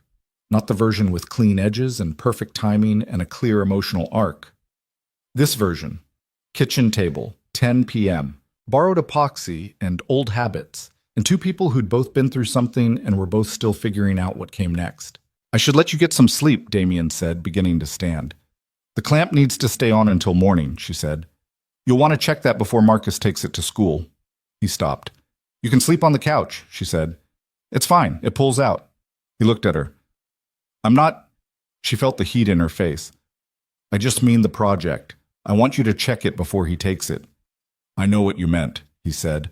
He slept on the couch. She brought him a blanket and a pillow and felt profoundly awkward about it, in a way that she recognized as the specific awkwardness of someone who had been alone for long enough that having another adult in the apartment felt foreign. In the morning, Marcus found Damien awake before anyone else, checking the epoxy bond on the Saturn ring with the careful attention of someone who takes small things seriously. Marcus stood in the kitchen doorway in his pajamas and watched him. "Is it good?" Marcus asked. Damien worked the clamp loose carefully, held the ring up to the morning light coming through the window, checked both sides of the bond. "It's good," he said. Marcus came over and took the model, examined it himself. The ring was solid. You could barely see the repair line unless you knew where to look. "Cool heat," Marcus said. He went back to his room to get dressed. Damien put the clamp back in the hardware bag. Claire was in the kitchen making coffee, her back to him, and she didn't turn around immediately when he came in. He sat at the table and waited. She turned and set a mug in front of him. "Marcus got a 94 on his last quiz," she said. "He was upset about it." "Why?" "Wanted 100. Damien looked at the quiz on the refrigerator. "He's going to be all right," he said. "I know," she said. She sat down across from him. "I know he is." They drank their coffee while the apartment came alive around them. Emma's feet on the floor overhead, the sound of Marcus's shower, the particular early morning sounds of a household starting its day. And it wasn't quiet exactly, but it was peaceful, and that was different. The thing about the weeks that followed was that they didn't announce themselves as anything. There was no moment where either of them said, "This is what this is," or "We are doing this now." It just kept happening. The texts, the coffees, the afternoon at the park, the night with the Saturn ring, and then more after that. A Saturday when Sophie and Emma spent 4 hours together, and Marcus showed Sophie how to find constellations on a star map, because Marcus had gotten a star map as an early Christmas present and needed an audience. An evening when Damien came to the school winter concert and stood in the back with Claire, and they watched Marcus play the triangle in the 4th grade percussion section with the absolute, focused concentration of someone who had decided that the triangle was going to be played correctly, and Claire pressed her lips together to keep from laughing, and Damien had to look away for a second for the same reason. A Sunday afternoon when Damien was supposed to be reviewing site plans, and Sophie was supposed to be doing the reading she'd been putting off all week, and instead they were both at Claire's kitchen table because Emma had asked Sophie to come over and help her name a new set of plastic dinosaurs, and Sophie had agreed with the gravity of someone who understood the importance of the task, and somewhere in the course of the afternoon it had become a group project. "This one is a Brachiosaurus," Emma said, holding up a long-necked green figure. "I think that one is actually an Apatosaurus," Marcus said from the other side of the table where he was ostensibly doing homework. Emma looked at the dinosaur, then at Marcus. "His name is Gerald," she said. "The scientific classification—" "Gerald," Emma said firmly. Marcus opened his mouth, looked at Damien, who was watching with his chin resting on his hand and his site plans untouched beside him, and closed his mouth again. "Gerald," Marcus said. "Thank you," Emma said, and moved on to the next dinosaur. Sophie caught Damien's eye and gave him the look she used when something met her standards. He almost laughed. Claire came in from the kitchen with a plate of crackers and cheese, the kind of thing you put together when someone is at your house and you want to feed them without making it into a thing, and stopped in the doorway for a moment. She looked at the 4 of them at her kitchen table, her son reluctantly accepting the naming of Gerald, the technically not Brachiosaurus, her daughter holding court over a plastic herd of dinosaurs, Sophie Hayes conducting herself with enormous diplomatic seriousness, and Damien watching all of it with an expression she recognized. It was the expression of a person who is somewhere they didn't fully expect to be and is realizing they don't want to leave. She knew the expression because she'd caught it on her own face twice in the past week, in the mirror when she wasn't expecting it. She put the crackers on the table and went back to the kitchen and stood at the counter for a moment with her back to the room, listening to Emma argue with herself about whether a Triceratops should be named Brian or Svetlana, and she let herself, just for a moment, feel it. All of it. The warmth of it. The specific and frightening warmth of something growing in a place she'd been sure had stopped growing. She felt it, and she was afraid of it, and she didn't do anything about the fear, and she went back to the room. There were things she didn't tell him still. She didn't tell him about the month in January 2 years ago when she'd been 2 weeks behind on rent and had eaten peanut butter sandwiches for 8 straight days while making sure Marcus and Emma didn't notice anything was wrong. She didn't tell him about the way Kevin had left. Not just that he'd gone, but how he'd gone. The specific and methodical way he'd dismantled 4 years of a shared life, the way he'd said, near the end, that she was exhausting in the tone people use when they want to make their leaving feel like your fault. She didn't tell him that she'd believed it for a while. She wasn't ready to. And something in the way Damien moved through her life, patient, unhurried, not pushing on the parts she'd closed off, made her feel like she had time to get there. What she did tell him, over coffee one Tuesday morning in late December, was this. Kevin came to see the kids last Easter. Damien was quiet, waiting. He showed up at my door with presents, told Marcus he'd been traveling for work, told Emma he missed her. She wrapped both hands around her mug. Emma didn't know him. She's only 4, right? She barely remembers him at all. She looked at him like he was a stranger, which, essentially, he is. She paused. Marcus knew who he was. He stood in the doorway and looked at his father for a long moment, and then he said, "We were eating lunch," and went back to the table. Damien didn't say anything. Kevin stood there for a minute, and then he left. She set the mug down. He hasn't come back since. The silence stretched between them. Not uncomfortable, just real. How was Marcus after? Damien asked. It was the right question. Not how were you, not what a bastard, not the reframe or the reassurance. Just, how was Marcus? Quiet for a day, she said. Then fine. Or, what looks like fine. That's the age where they decide what they're going to do with things, Damien said. Whether they're going to put it down or carry it. Yeah, she looked at him. How do you help them put it down? He was quiet for a moment. I don't know if you help them exactly, he said. I think you make sure they see you not carrying it. You model the putting down. She thought about that for a long time after he left, sitting in the coffee shop with her empty cup, watching the street outside fill up with lunch hour foot traffic, people in their winter coats moving fast against the cold. 2 days before Christmas, something shifted. She was working the evening shift, 7 p.m. to 3 a.m., which was the hardest shift because the hospital got quieter, and the nights got long, and the tiredness became a specific, meditative kind of tired that sometimes made things clear and sometimes made them worse. She was doing rounds at 11 when one of the other nursing assistants, a woman named Priya, who had worked with her for 2 years, came up beside her in the hallway. Somebody came and fixed the radiator in the east break room, Priya said. Claire looked at her. What? Like someone called a repairman? It's been broken since September. We've been freezing in there for 4 months. Priya paused. I asked the front desk. They said somebody filed a maintenance complaint directly with the hospital facilities board on behalf of the nursing staff, anonymously. Claire stood in the hallway. That's weird, right? Priya said. Who does that? Claire said nothing for a moment. Yeah, she said. Weird. She texted Damien at midnight from the break room in front of the radiator that was now working. Did you file a maintenance complaint with Jefferson's facilities board about the East Wing break room? The response came back 3 minutes later. The nursing staff shouldn't be freezing in their break room. It's a basic working condition issue. She stared at the screen. She typed several responses and deleted them. She stared at the radiator. You are so strange, she finally wrote. Is the room warm? She looked around the small break room, the table with the scratched surface, the old coffee maker, the chair with the broken armrest that someone had fixed with a zip tie, Priya's mug with the cartoon cat on it sitting in the drying rack. Yes, she wrote. Good. She put her phone in her pocket and sat down at the table in the warm room, and it was midnight at Jefferson Hospital, and she had 3 more hours on her shift and a calculus of daily life that hadn't changed at all since summer. And she felt, quietly and without making anything of it, that something had. She didn't examine it too closely. She just let it sit there in the warm room in the middle of the night, like something that belonged. Marcus's project came back 2 weeks into January with a note from his teacher that said, Best black hole section I've seen in 10 years of teaching this grade. Well done. Claire put it on the refrigerator beside the 94, and when she texted Damien the photo, he sent back 3 words.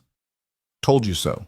She smiled at her phone in the hospital parking lot at 6:45 a.m., still in her scrubs, her car warming up in the January cold, and she smiled in the specific way of someone who has stopped fighting something they were never going to win. The planetarium had been Marcus's idea first, not in any grand sense. He'd mentioned it once in November, almost in passing, while he was explaining orbital mechanics to Damien at the park, gesturing at a sky that was too bright with city light to show him what he actually wanted to show him. The Franklin Institute has a sky show on Saturdays, he'd said. It's not the same as real dark sky, but it's better than nothing. And then he'd moved on to something else, the way 9-year-olds do, topic to topic without ceremony, and Damien had filed it without comment. He took Marcus in February, on a Saturday when Claire was working, and Emma was with Claire's neighbor, the reliable Mrs. Okafor, who smelled like lavender and let Emma watch too much television, and whom Emma loved with a devotion she expressed by drawing her portraits of dinosaurs. Damien had texted Claire the morning before. "Can I take Marcus to the Franklin Institute tomorrow?" The planetarium. She'd taken longer to respond than usual. When she did, it was, "You don't have to do that." He'd written back, "I know, can I take him?" Another pause. Then, "He'll talk your ear off the entire time. I'm counting on it." She'd sent a thumbs up, and then, after a moment, "Thank you." Marcus, to his credit, did talk the entire time. Through the lobby, through the exhibits, through the 45-minute wait in the line that snaked around the main hall, pointing at things, asking questions of Damien, and occasionally of strangers near them who looked like they might know the answers. He was not a shy child, Damien had come to understand, just selective. He spent his energy on things that interested him, and the universe interested him enormously.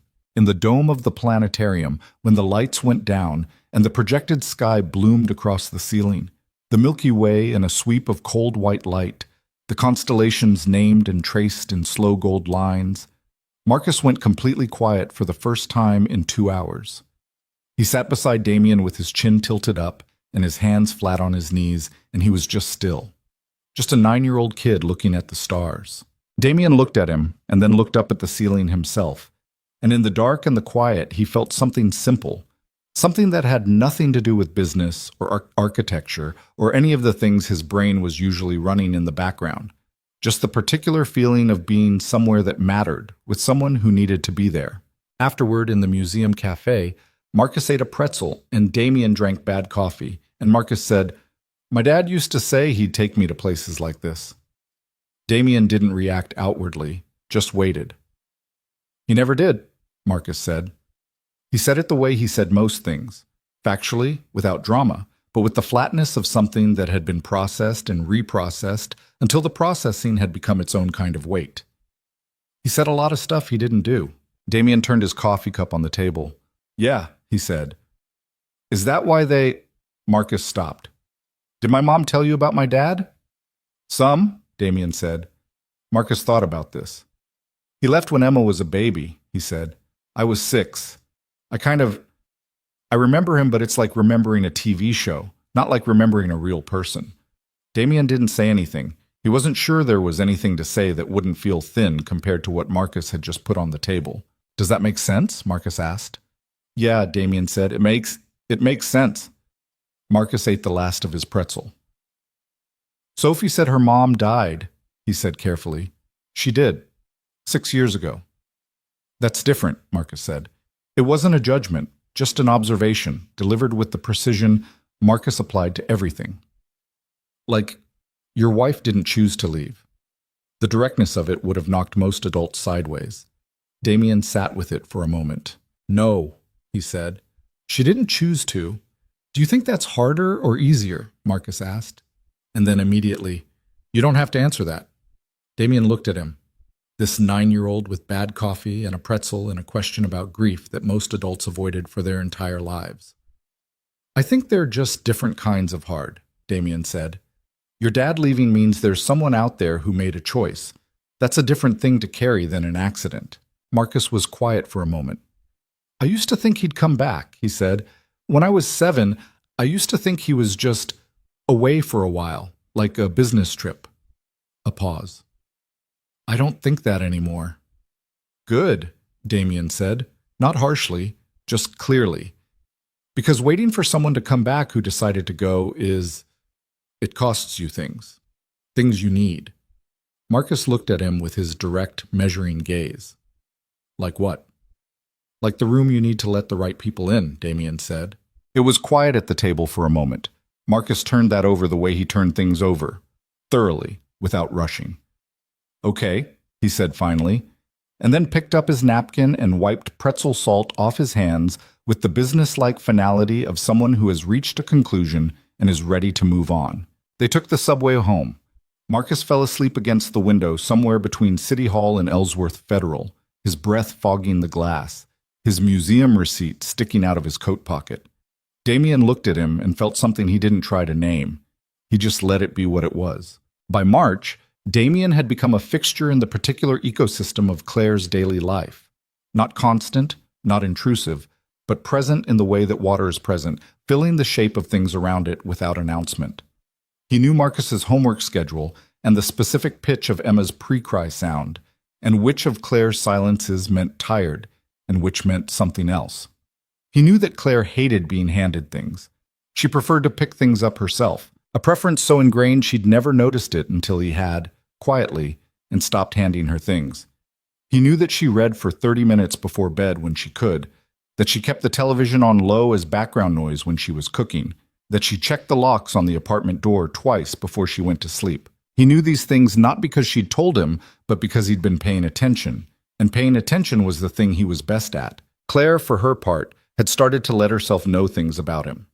That he was better at being present in a room than most people twice his age, but terrible at being present on the phone. He was always half somewhere else during calls, and she'd learned to say his name when she needed his full attention, which brought him back immediately and completely.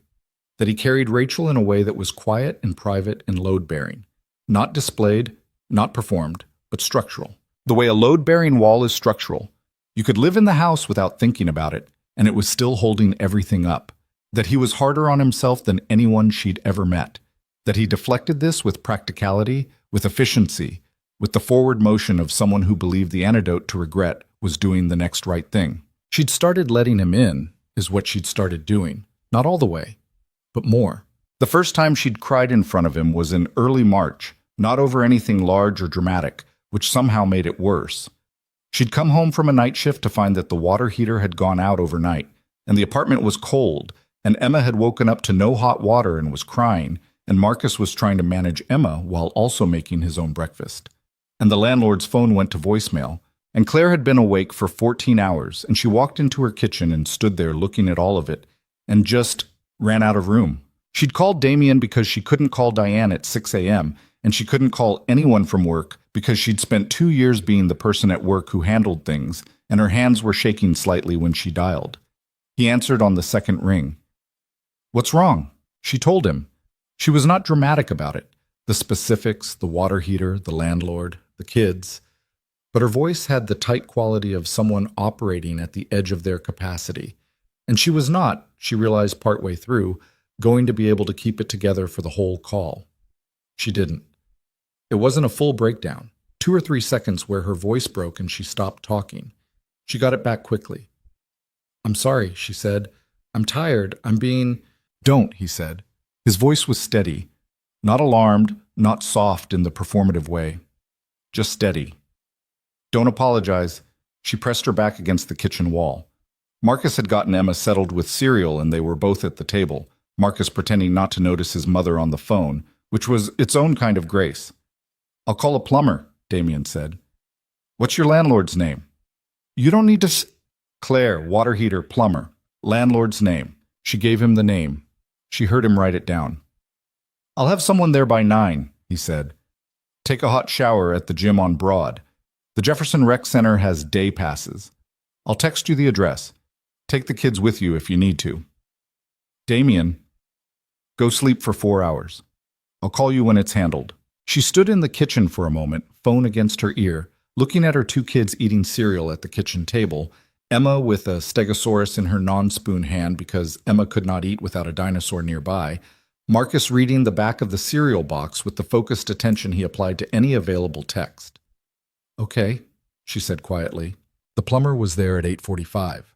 The landlord received a phone call from Hayes Development Group's legal department, which Damien had not mentioned, but which became apparent when the landlord called Claire at noon to apologize personally and confirm that the repair costs were being absorbed by the building management, as per the lease clause that the legal team had apparently been kind enough to reference. The water heater was fixed and running by 2 p.m. She called Damien when she woke up. "The landlord called me," she said. "I heard. Your legal department called him." Patricia may have mentioned there was a maintenance issue at a residential property with known lease clause violations. "Damien, the clause was right there in your lease. He was already in violation." She sat on the edge of her bed, still in yesterday's clothes, hair in a mess, blinking in the afternoon light. "You read my lease?" A pause. "You sent it to me in October. When you were having the heat issue, you asked if I thought you had any standing." She had sent it to him. She'd forgotten. "You kept it," she said. "I keep things," he said, "in case they're useful." She didn't know whether to laugh or cry, and she ended up doing a small, exhausted version of both, quietly enough that he probably didn't hear it. "You need to stop doing things for me," she said. "Why?" "Because I can't." She stopped, tried again. "I don't know how to account for this. In my head, what you do, I don't know how to—" "You don't need to account for it," he said. "It's not a ledger." "Everyone's a ledger," she said. "That's what I've learned." He was quiet for a moment. "Not everyone."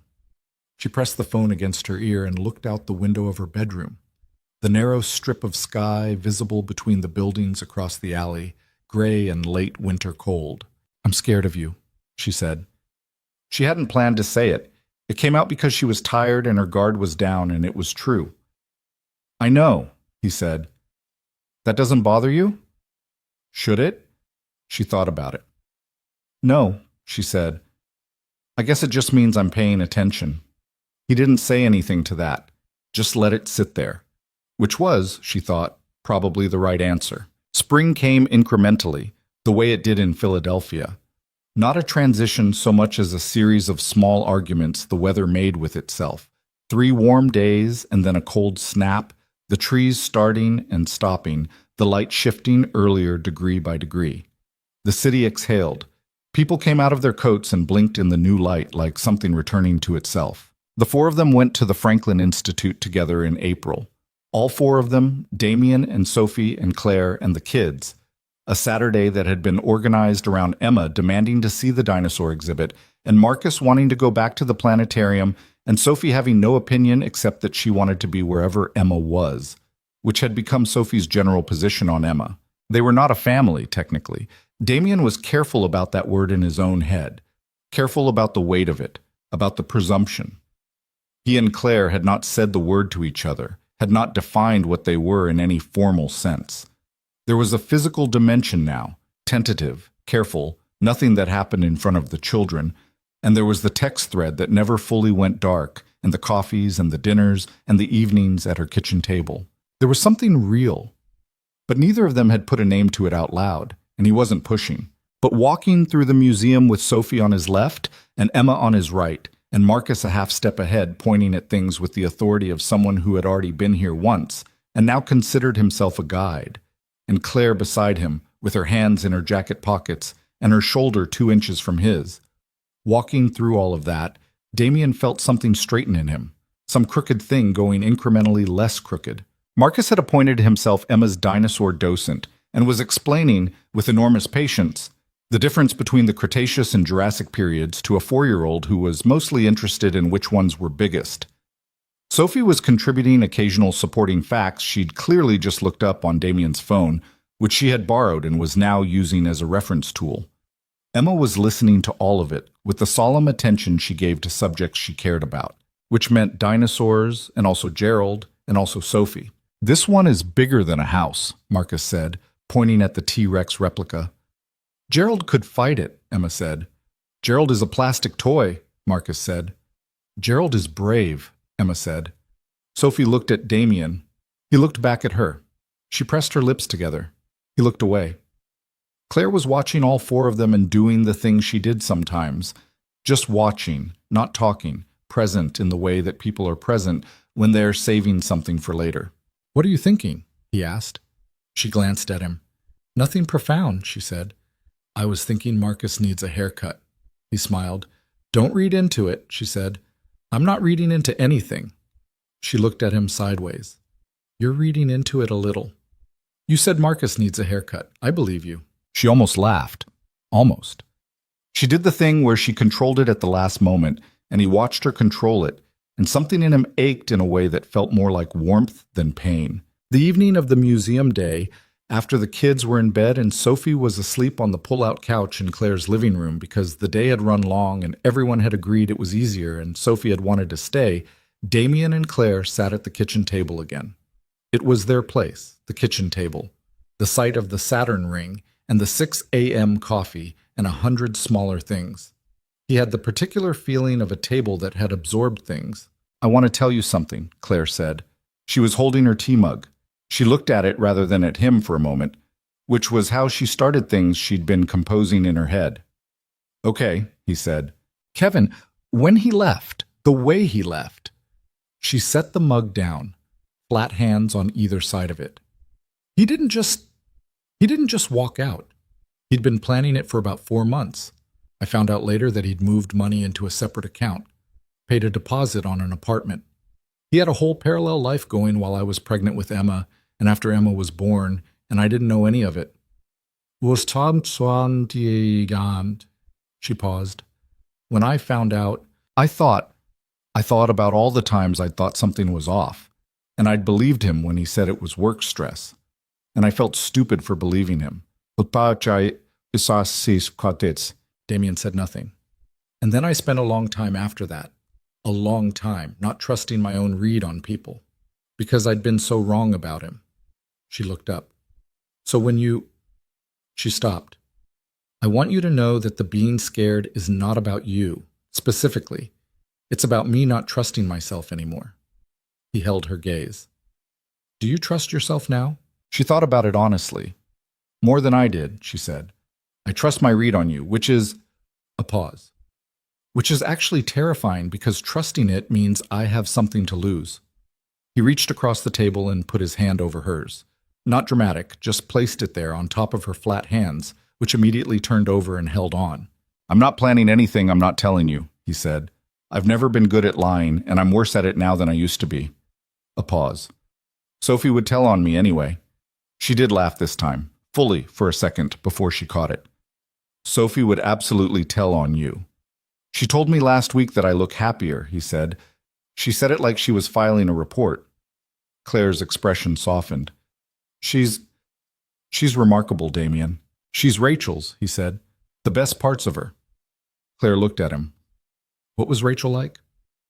He hadn't talked about Rachel, not really. Not in the full sentence, past tense, here is who she was way. He'd circled around her. She'd let him. But it was almost midnight in the kitchen, and the kids were asleep, and something had opened up. She was impatient, he said. Like genuinely impatient. She hated waiting for anything. Lines, traffic, people who talked around the point instead of getting to it. He paused.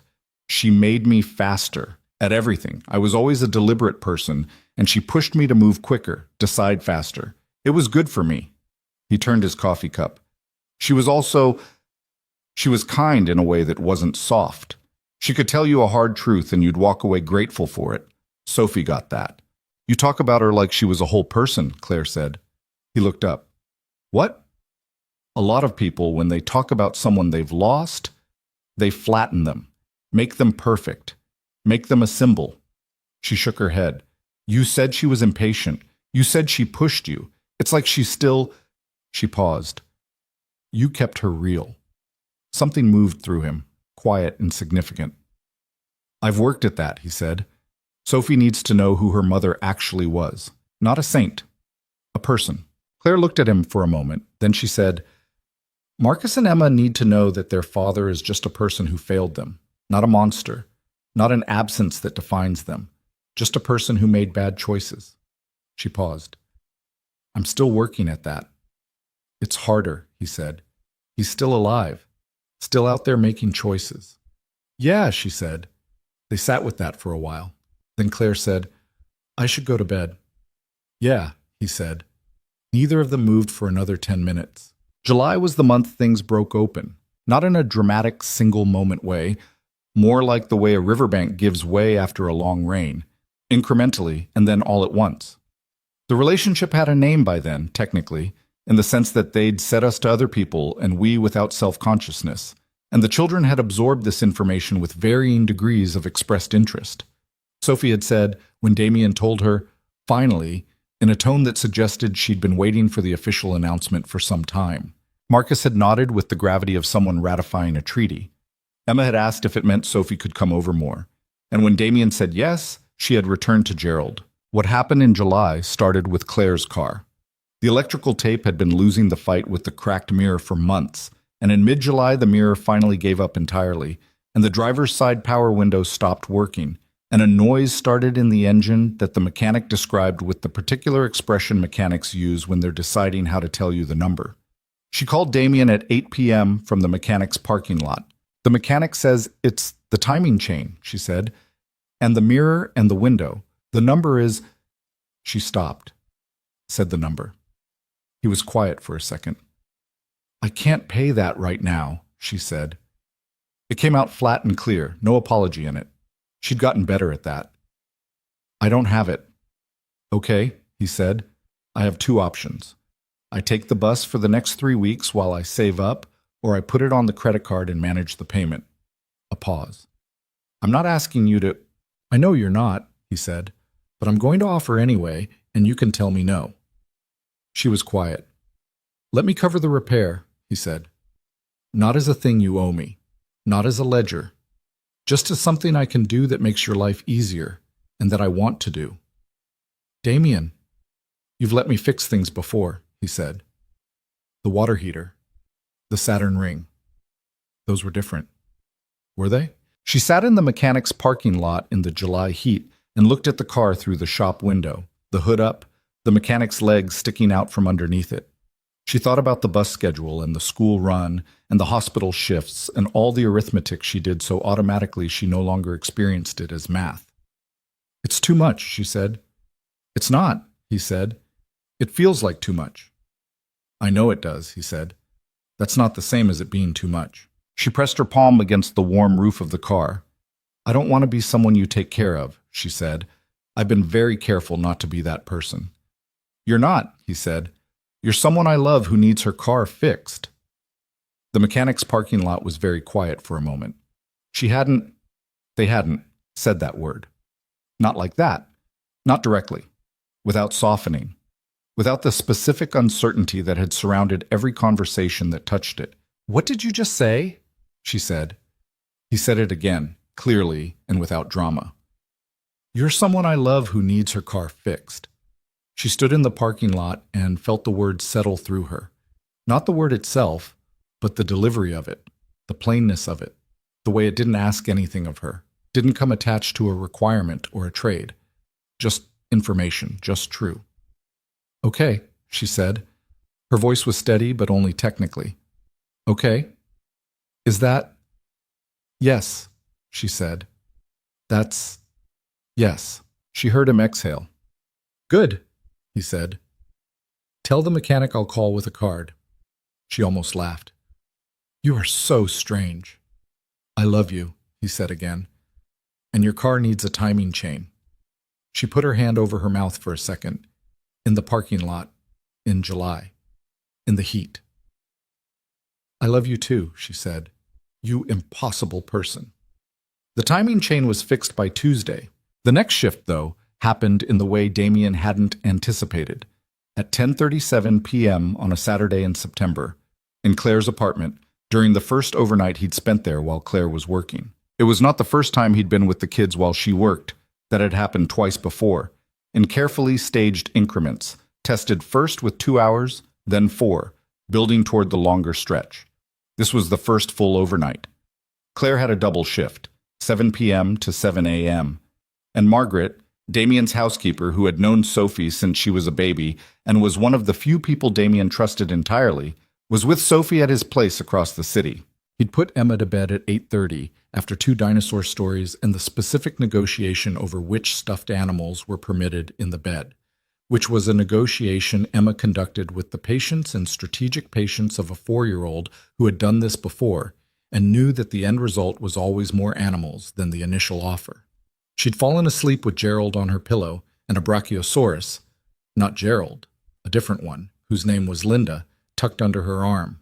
Marcus had stayed up until 9:30, ostensibly finishing homework, actually spending 20 minutes of it asking Damien questions about Hayes Development's project process, which Damien had answered in full because Marcus asked good questions and deserved full answers. At 9:30, Marcus had closed his notebook and said he was going to bed, and had paused in the doorway of the living room. "Damien," he'd said. "Yeah. Is my mom—" He'd stopped, started differently. "Is she okay? Is she happy?" Damien had looked at him, knowing that the question had layers, knowing it was about more than happiness in the daily sense, that it was the question of a child who had watched his mother manage and endure and carry for years, and was asking whether something had changed. "Yes," he said. "I think so." Marcus had looked at him for a moment with those eyes that processed everything. "She laughs more," he said. "Since you—" He stopped again, settled for, "She laughs more." "I know," Damien said. Marcus nodded. "Okay," he said, and went to bed. Damien sat in Claire's living room after both kids were down. A small room with furniture that had been chosen practically rather than aesthetically, the couch slightly worn on the left arm where Claire habitually sat, a lamp with a crooked shade, Marcus's science projects from the last 3 months stacked on the shelf because Claire never took them down, Emma's drawings on every vertical surface, including the inside of the bathroom door.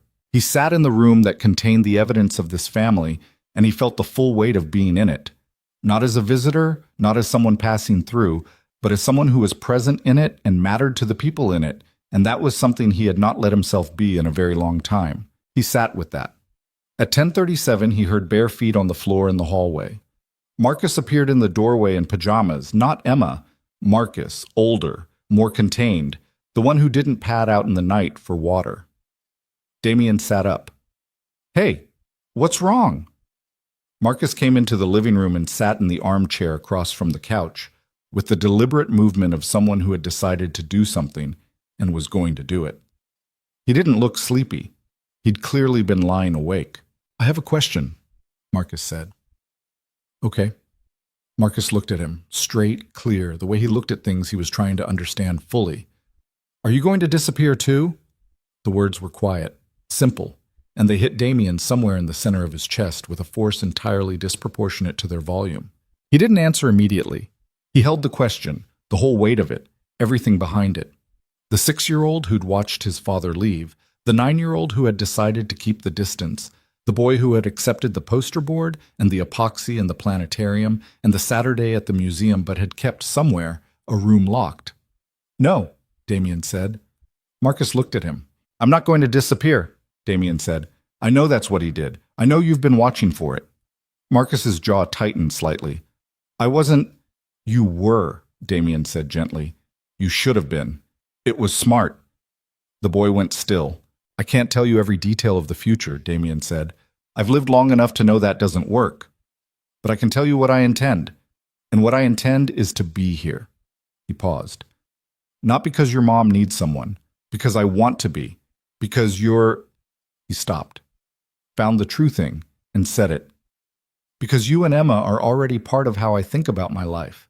That happened. I'm not going to walk away from that." Marcus looked at him for a long moment. His face was doing several things at once. The careful assessment, the old protection, and underneath it, something cracking. "Emma asks about you when you're not here," he said. He said it like it was a fact he was reporting, not an appeal. "She says, 'Where's Damien?' when you don't come over." "I know," Damien said. "Sophie does the same thing about Emma." Marcus was quiet. He looked at his hands, then back up. "My dad used to tuck me in," Marcus said, "before he left. And then one day he just didn't. And I kept waiting for him to come back in and do it, and he didn't. And then after a while I stopped waiting." A pause.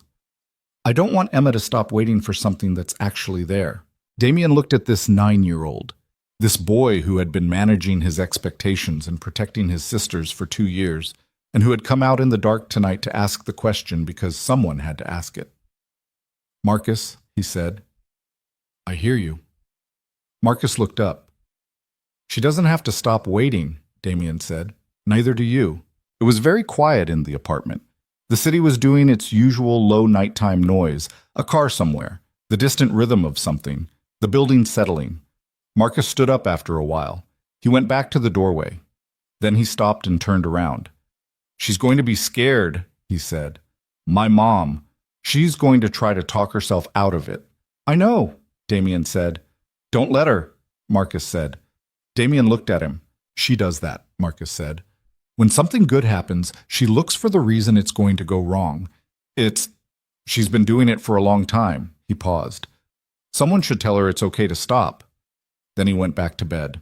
Damien sat in the quiet living room for a long time afterward, in Claire's apartment with its crooked lamp and its worn couch arm, and the evidence of her life on every wall.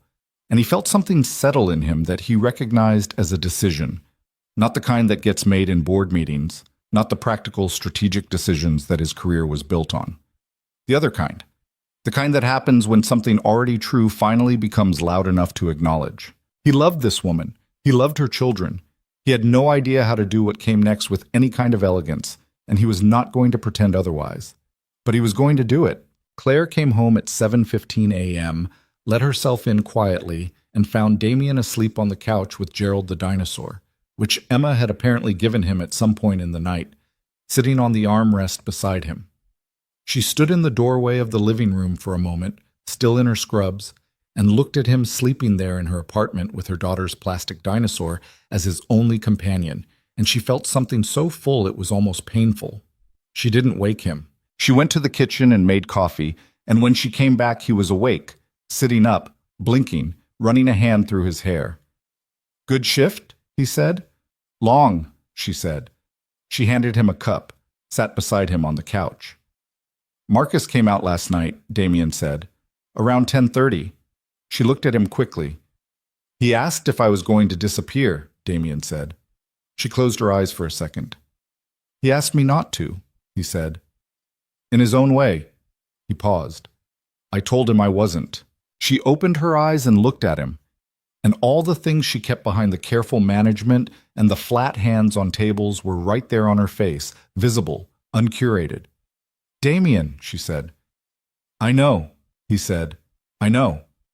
She put her coffee cup down on the table and pressed the heels of her hands against her eyes for a moment, not crying, just holding something, feeling it. He put his arm around her and she leaned into it, and they sat on the couch in the early September morning while the apartment was quiet and the city woke up outside, and neither of them said anything for a while. That was enough.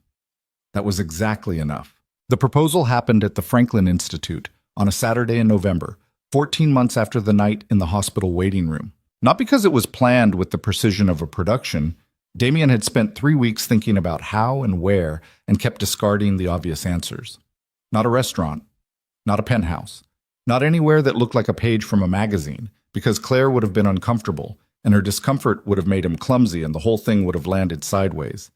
He'd wanted something real, something that meant something to the people in the room, rather than something that photographed well. Marcus had told him, in the car after the planetarium in February, that he came to the Franklin Institute most Saturdays when Claire was working, that Mrs. Okafor would bring him on the bus and let him wander the astronomy section for 2 hours while she read in the lobby cafe. He'd said it the way he said most things, without ceremony, just information. But Damien had filed it, the way he filed things about the people who mattered to him. He told Claire he wanted to take everyone to the Institute again. She hadn't questioned it. They'd been 3 times now as a group, and the kids treated it like a home base. She'd said, "Sure, give me 20 minutes to get Emma into shoes," which was always the project. He'd arranged it with Marcus 3 days before. Texted him privately, something they'd started doing occasionally, a thread separate from Claire, which had begun when Damien needed to know Emma's current dinosaur preferences before a birthday, and had evolved into something Marcus used to send him articles about things he was reading, usually astrophysics, sometimes history, once a deeply alarming piece about invasive species that Damien suspected was Marcus's way of testing whether he actually read what was sent. He always read it. "I'm going to ask your mom something at the Institute on Saturday," Damien had written. "I wanted to tell you first." Marcus had taken 40 minutes to respond. "I know," he'd written back. "Sophie told Emma, and Emma told me." Damien had stared at his phone. "Sophie knows?" Sophie figured it out. She said you've been weird for 3 weeks. He'd thought about that. Is weird good or bad? She says good weird. She says you keep looking at the ring box. He'd bought the ring 6 weeks ago and put it in his desk drawer and apparently been entirely unsuccessful at behaving normally about it. Is that okay? He'd typed. Me asking her? The response had come back in 5 minutes this time. She's going to say yes, Marcus had written. And then she's going to be scared. Don't let her talk herself out of it. The same thing he'd said in September in the dark. Don't let her.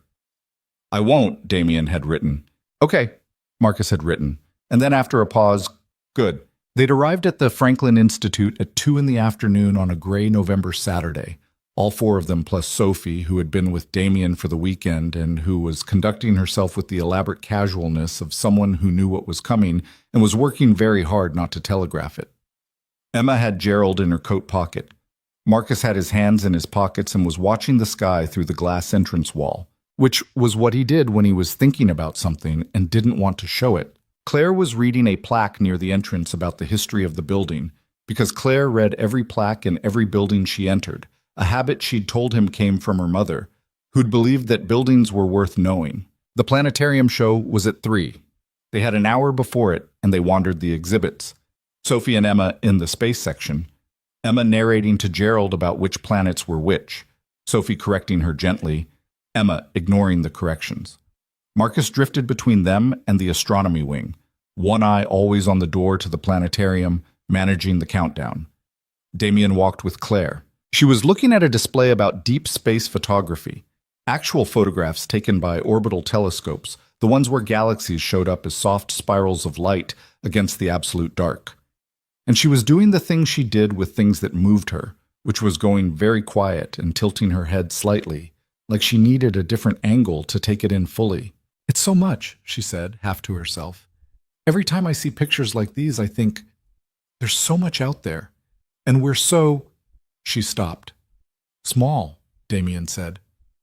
I was going to say busy, she said. We're so busy. We spend all this time being busy, and there's just... She gestured at the photograph. The spiral arm of a galaxy, 200 million light years away, rendered in blue and gold. All of this. He looked at the side of her face, the way her eyes moved across the photograph, seriously, fully, the way she looked at everything she decided was worth looking at. Claire, he said. She turned. He had not planned what to say exactly. He'd thought about it, and every version he'd rehearsed had sounded like something from a movie, which wasn't what he wanted. What he wanted was to say the true thing plainly. I had a thing planned, he said, for inside the planetarium. I talked to Marcus about it, and there was a moment in the show where the lights go all the way down, and I thought... He stopped. And then you were standing here looking at a picture of a galaxy and saying we were too busy and I can't wait. She stared at him. He reached into his coat pocket. The ring box was small. He'd chosen deliberately, not a declaration of wealth, but something real, a round stone in a simple platinum setting that looked like it belonged on a hand that worked. He'd gone to 3 jewelers before he found the right one, and the jeweler, an older woman who had the specific patience of someone who'd done this 1,000 times, had said, "You'll know it when you see it for her." He had. He didn't go down on one knee because the floor of the Franklin Institute was tile and crowded, and he was 40% sure it would come out ungainly, and because Claire was not a person who needed the theater. He held the box in his hand, open, and looked at her. "You told me on our first dinner that I should feel free to walk away," he said, "because you had 2 kids and a complicated life, and you expected me to take the exit, and I asked to see their pictures instead." He paused. "I'd ask to see their pictures again, 100 times. I'd go back to that dinner and make the same choice every single time." Another pause. "I want to make it official. All of it. You, Marcus, Emma. I want it to be mine if you'll let it." Claire was looking at him with the expression she got when she was running out of room for things, when the thing in front of her was too large for the careful management that usually contained everything. Her eyes were bright, and her jaw was set, and she was breathing slightly wrong. "You are..." She stopped. "I'm asking," he said. "Will you marry me?" She looked at the ring, then at him, then at the ring. "I have 2 kids," she said. "I know. I was there when you mentioned it. multiple times, and a car that's 2 timing chains away from not being a car anymore. The timing chain is fixed, he said. We addressed that. She pressed her lips together. Her eyes were doing something. Marcus knew you were going to do this, she said. Marcus told me Sophie told Emma, who told Marcus, so there was a full intelligence operation running that I had no control over. She actually laughed at that. A real one, startled out of her hand going to her mouth. And then she was crying, which happened approximately 1 second after the laugh, the way it sometimes does when something hits you in both places at once. Stop, she said to herself, pressing her fingers under her eyes. Stop it. Take your time, he said. I'm not crying because I'm sad, she said, which he knew. I'm crying because... She gestured at him, and at the ring, and at the space between them, and at the galaxy photograph on the wall, and at the general situation. All of this. I know, he said. She looked at him. Her hands were doing the flat on a surface thing, except there was no surface, so she pressed them against the sides of her coat, and then she reached out and put one of them on his chest, over his sternum, and left it there. Yes, she said. It came out quietly. Not performed, not risen to, just placed there between them like something that had always been true and was now being said. He put the ring on her finger. It fit, which he'd arranged through the improbable channel of borrowing one of her rings from her jewelry box 3 weeks ago, measuring it and returning it before she noticed, a operation Marcus had assisted with by keeping Claire occupied with a homework question in the other room, which Damien had only learned about afterward. I had help, he said. She was looking at the ring on her hand with the expression of someone who is doing the inventory of their own life and finding something they hadn't expected. I know you did, she said. 40 feet away, behind a display about the asteroid belt, Sophie and Marcus and Emma were watching with the specific intensity of people who have been told to look casual and are failing completely. Emma was holding Gerald up so he could see. Marcus had his arms crossed and his expression even, but his eyes were bright. Sophie had both hands over her mouth. Claire saw them. She waved at them. Sophie made a sound that was somewhere between a gasp and a laugh and took off running toward them, because Sophie at 8 years old was incapable of handling large emotions at a walking pace. Emma took off after Sophie, which was Emma's general approach to Sophie's movements. Marcus walked. He came to where they were standing, looked at the ring, looked at Damien, looked at his mother. I told you, he said to Damien. You did, Damien said. Marcus looked at his mother for a long moment. Then he stepped forward and hugged her. The specific, slightly stiff way Marcus hugged, arms tight and brief and completely genuine. And Claire held him with one hand and pressed her face against his hair for a second. You okay? She asked him quietly. Yeah, he said, into her shoulder. I'm good. Emma hit them from the side like a small missile. And then Sophie arrived, and there was a tangle of people in front of a deep space photograph, and Damien stood back from it for 1 second, just one, to see all of it clearly before it moved. Then Sophie grabbed his arm and pulled him in.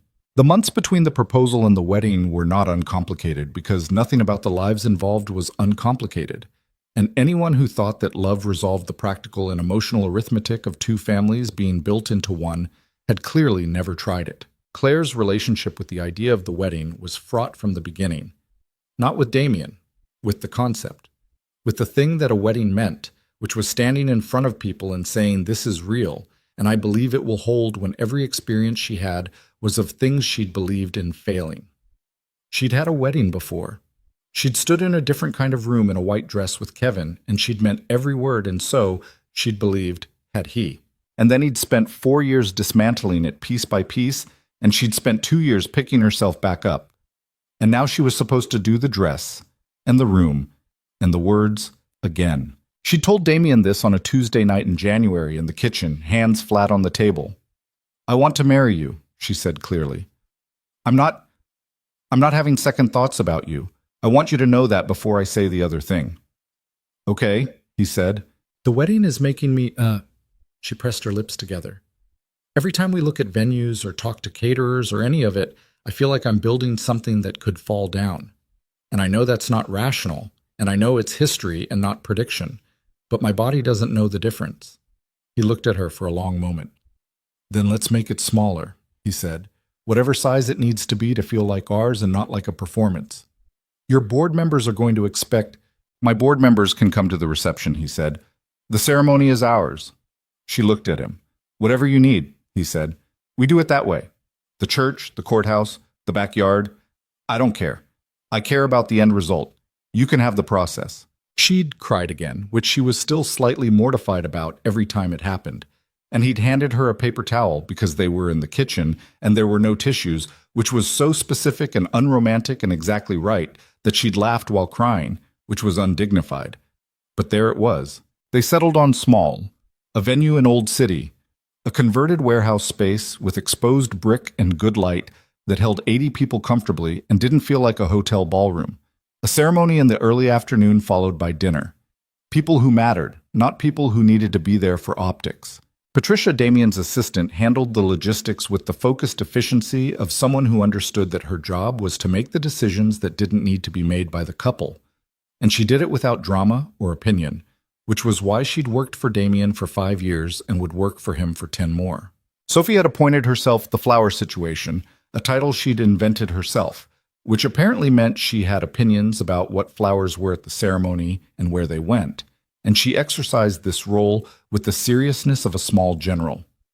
Claire had let her have it completely, partly because Sophie's taste turned out to be good, and partly because the look on Sophie's face when she was making decisions about flowers was something Claire had come to love in a specific and private way. Marcus was going to stand with Damien, which had been Marcus's offer, and which Damien had accepted without making it into a moment. Just said, yeah, I'd like that in the same tone he used for most things, practical and genuine. And Marcus had nodded and returned to whatever he was doing with the complete composure of a 10-year-old who had just done something significant and chosen not to acknowledge it. Emma was going to walk with Sophie, which Emma had determined herself on the grounds that Sophie was her best friend, and also because Sophie had promised to hold Gerald for her if she got tired.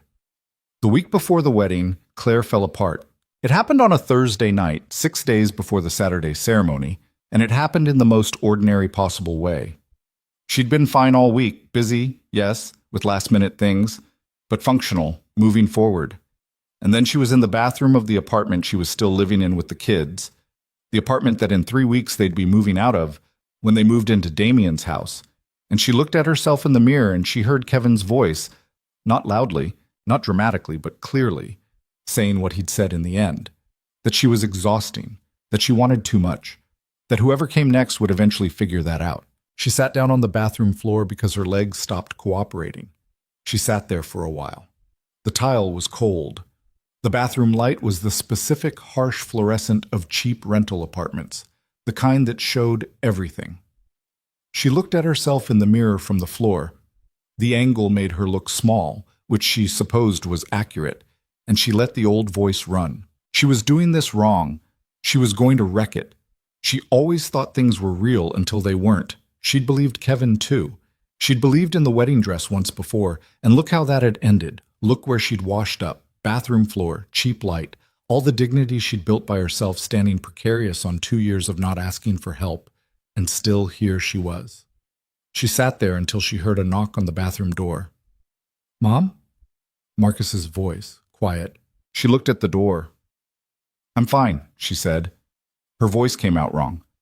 A pause. Then, "I can hear you breathing." She pressed her fingers against her mouth. "Mom," Marcus said. Not a question, just her name. She got up off the floor and opened the door.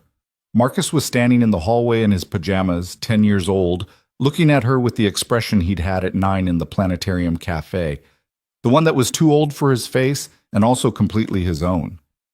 "What happened?" he said. "Nothing happened. I just, She leaned against the doorframe. "I got scared." "Of what?" She looked at her son. She thought about the thing Damien had said about Rachel, that he kept her real for Sophie, that he told Sophie who Rachel actually was rather than making her perfect. She thought about what it meant to be real in front of your child. "I got scared that it's going to go wrong," she said. "The wedding, all of it." "Why would it go wrong?" "Because it went wrong before," she said. "Because I thought I knew, and I was wrong." Marcus looked at her with the specific, unflinching patience he used when he was thinking through something from first principles. That was Kevin, he said. I know. This is Damien, Marcus said, like the distinction was that simple. And in his voice, it was. I know, she said again. Mom. He crossed his arms, his default posture when he was about to say something he'd thought about. Kevin left when I was 6, and I know what he was like before he left because I remember some of it. The way he was around, and then less around, and then gone. A pause. Damien has been here for a year, and he's gotten more here, not less. That's different. She looked at her son. He shows up, Marcus said, every time. He showed up with epoxy at 10 p.m. He showed up when your landlord was being a... He stopped himself. When you had the heat problem. He fixed the car. He came to the school play. He paused.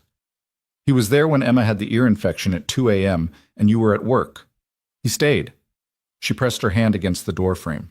I was there too, Marcus said quietly. That night.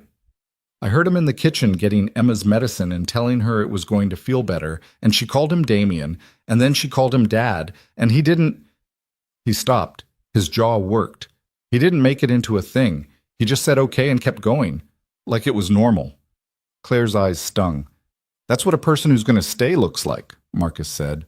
That's how I know. She looked at her 10-year-old son, standing in the hallway in his pajamas, who had watched and calculated and measured for a year with the instruments only a child can use, constant proximity, no agenda, pure observation, and had arrived at this conclusion. Come here, she said. He came and let her hug him properly, both arms, longer than he usually tolerated. He didn't pull away. You're going to be okay, Mom, he said into her shoulder. You're allowed to be happy. She held her son in the hallway outside the bathroom with the cold tile and the bad light, and she cried in the messy, uncoordinated way that happened when you'd been holding something for too long.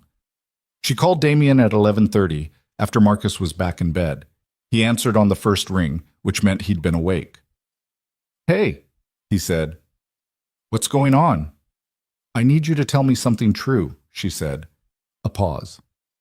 What do you need? She sat on the couch in the dark living room, Emma's dinosaur drawings on the wall above the refrigerator visible through the kitchen doorway, the evidence of all of it around her. Tell me it's real, she said. Tell me I'm not... She couldn't finish it. It's real, he said. His voice was steady and unequivocal. It's the most real thing in my life since Sophie was born. She pressed her free hand against her knee. You're not getting it wrong, he said. You're not too much. You're not exhausting. You are the clearest thing I've looked at in 6 years, and I have looked at a lot of things. A pause. Kevin was wrong about you. He was wrong the whole time. She breathed. I'm going to be there Saturday, he said. Marcus and Emma and Sophie are going to be there. And when you walk down that aisle, you're going to see all of us, and it's going to be real. He paused. Okay, she said. Her voice was thick, but it was hers. Claire? Yeah. Go to sleep. You too. She did. The morning of the wedding, she got up at 6 and made coffee and sat at the kitchen table by herself for 20 minutes before anyone else woke up. She sat with both hands around the mug and looked at the dinosaur drawings and the 94 quiz that was still on the refrigerator beside 2 more since then. An 88 that Marcus had been frustrated about, and a 97 that had made him cautiously satisfied. And the photo of the 4 of them at the Franklin Institute that she'd had printed and stuck to the fridge beside the quizzes because it was hers, and she wanted it where she could see it. She looked at the ring on her hand. She was afraid. That was still true. She didn't know how to make it not true, and she'd stopped trying. Fear wasn't the same as wrong. She knew that now in a way she hadn't known it before, that the presence of fear was not evidence of a mistake. Sometimes fear was just what it felt like to want something and have something to lose. Diane arrived at 8 to help with the morning, which meant mostly managing Emma's accessories situation, which Emma had strong opinions about, most of them dinosaur adjacent. Emma had been told she couldn't carry Gerald down the aisle. She had accepted this and found a workaround, which was that Sophie would carry Gerald in her bouquet. Sophie had agreed immediately and without apparent conflict about this modification to her role as flower situation manager. Marcus got dressed in his suit with a focused efficiency that made him look older than 10, and then stood in the kitchen looking slightly stiff until Claire told him to go sit down and read something, and the stiffness left him entirely. The venue was 30 minutes away. Diane drove because Claire's hands weren't fully steady, a fact she acknowledged to Diane and to no one else. In the back of the car, Emma fell asleep against Marcus's shoulder almost immediately, which was Emma's response to formal events and also to most events. Marcus led her, which was Marcus's response to Emma. The venue was already set up when they arrived. The flowers Sophie had selected arranged along the aisle in a way that was simple and good, the light coming through the industrial windows at the angle that made the exposed brick warm. Patricia had done everything correctly, as Patricia did, and had left a small note on the table in the bridal room that said only, "Everything is ready," which was all Claire needed to know. She was fine through the hair and the makeup, and Diane's running commentary on both, fine through Emma insisting on wearing her dinosaur beret, which they'd agreed to, fine through Marcus adjusting his tie 3 times in the mirror with a precision that was entirely his own. Then she was in the bathroom. Not the fall-apart kind of being in the bathroom. Just standing there in the dress, looking at herself. The dress was ivory, not white, not the dress from the first wedding, nothing like it. She'd chosen it herself in a shop on Chestnut Street on a Tuesday in September, alone, which had been the right way to do it. It was plain and well cut, and it fit her exactly as she was, rather than as an idea of who a bride should be. She had the ring on her left hand and earrings that had been her mother's in her own face, looking back at her. The voices started. The old ones, the ones that sounded like Kevin, and also like the worst version of herself. The versions that had taken 2 years to quiet down and never fully went away. You don't get this. This isn't for people like you. You're a nursing assistant from Allentown with a cracked mirror on her car and 2 kids from a failed marriage. And eventually he's going to wake up and see that. She looked at herself in the mirror. She looked at the ring. A small knock on the bathroom door. "Mom, Marcus's voice. "I'm fine," she said. "I know," he said. "I just..." A pause. "Can I come in?" She opened the door. He was in his suit, tie finally correctly adjusted, looking up at her with the expression she knew best on him. The full, unguarded, 10-year-old version of his face that she didn't see as often as she used to, because he was growing into something more contained. He looked at her. He saw everything. He had always seen everything. "You look like Mom," he said. "Not like a bride, not like you look beautiful, though both were also true. You look like Mom, like himself, like home." She made a sound that wasn't quite a word. He stepped forward and put his arms around her, his chin at her collarbone because he was still 3 inches shorter than her, his grip tight and complete. "You don't have to be scared anymore," he said. "He really loves us." She held her son. The words settled through her. He really loves us. Not he loves you or you'll be fine, but us, the full count, all 3 of them, the version of the truth that mattered most. "I know," she said. "I know he does." "So stop crying," Marcus said, against her shoulder. She almost laughed. "I'm crying because I'm happy." "That's a strange way to be happy." "You'll understand when you're older." "People keep saying that," he said, but he didn't let go. They stood there for another minute in the small bathroom of the venue, the 10-year-old and his mother in her wedding dress, holding on to each other before the next thing started. Then Emma appeared in the doorway in her flower girl dress, with Gerald in her hand, because Sophie was holding Gerald in the bouquet. But Emma had apparently negotiated a brief visit first, her hair half done, one shoe on. "Why are we standing here?" Emma asked. "We're getting ready," Marcus said, releasing Claire and standing up straight. "I'm ready," Emma said, holding up Gerald. "Where's your other shoe?" Claire asked. Emma looked at her feet, looked up. "Sophie has it." "Why does Sophie have your shoe?" Emma appeared to think about this. "She's holding things," she said, as if this was a complete explanation. Claire looked at her daughter, her impossible, dinosaur-obsessed, fearless 4-year-old daughter who had been born into chaos and had never once seemed to notice. "Okay," Claire said, and straightened up. "Let's go find your shoe." They walked down the aisle 20 minutes later. Claire had Marcus on her left and Emma on her right. Emma's second shoe successfully located and installed, Gerald having been transferred to Sophie's bouquet as previously arranged. The room had 80 people in it, most of whom Claire knew, and all of whom were looking at her, which would have been the thing she dreaded most about this day in any earlier version of herself. She looked at the altar. Damien was standing there in a dark suit that he wore the way he wore everything, without particular awareness of how it looked, because he was not thinking about how he looked. He was thinking about her. She could see it in the quality of his attention, the full weight of it, directed entirely at the doorway where she appeared. Beside him, Marcus walked out of place for a moment. Technically, he was supposed to have gone ahead to stand with Damien, but he'd stayed beside Claire until they were nearly at the front, and then he'd given her arm a brief, firm squeeze and walked up to stand next to Damien. Sophie and Emma were already at the front, having processed with great ceremony and variable coordination. Emma had stopped twice to look at the flowers, and Sophie had whispered corrections to her trajectory with sisterly patience. Damien was fighting something.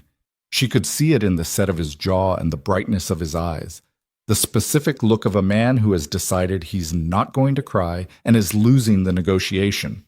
She reached him. "Hi," she said quietly. "Hi," he said. His voice was not fully steady. "You're going to cry," she said. "I'm absolutely not," he said. He cried. Not dramatically. 2 tears, controlled, which he appeared to find deeply irritating. Sophie noticed and made a face that meant I knew it. Marcus noticed and kept his own expression entirely neutral, which was its own form of mercy. Emma, from her position beside Sophie, looked at the room, looked at Gerald and Sophie's bouquet, looked at the 2 people standing at the altar, and announced at a volume slightly larger than the moment called for, "Are they married yet?" The room laughed. The officiant, a woman Diane had recommended who did ceremonies without requiring the participants to perform, looked at the children and then at Damien and Claire and smiled. "Not yet," she said. "We're getting there." During the vows, which Damien had written himself, and which were plain and specific and true, not poetry, not borrowed cadence, just the things he meant in the words he would actually use, Sophie and Emma sat together in the front row. Somewhere in the middle of it, Emma reached over and took Sophie's hand. Sophie, without looking down, without any acknowledgement that she'd noticed, held on. The whole room saw it. The woman beside Diane quietly handed Diane a tissue without being asked. Damien saw it too from the altar, and the jaw thing failed entirely.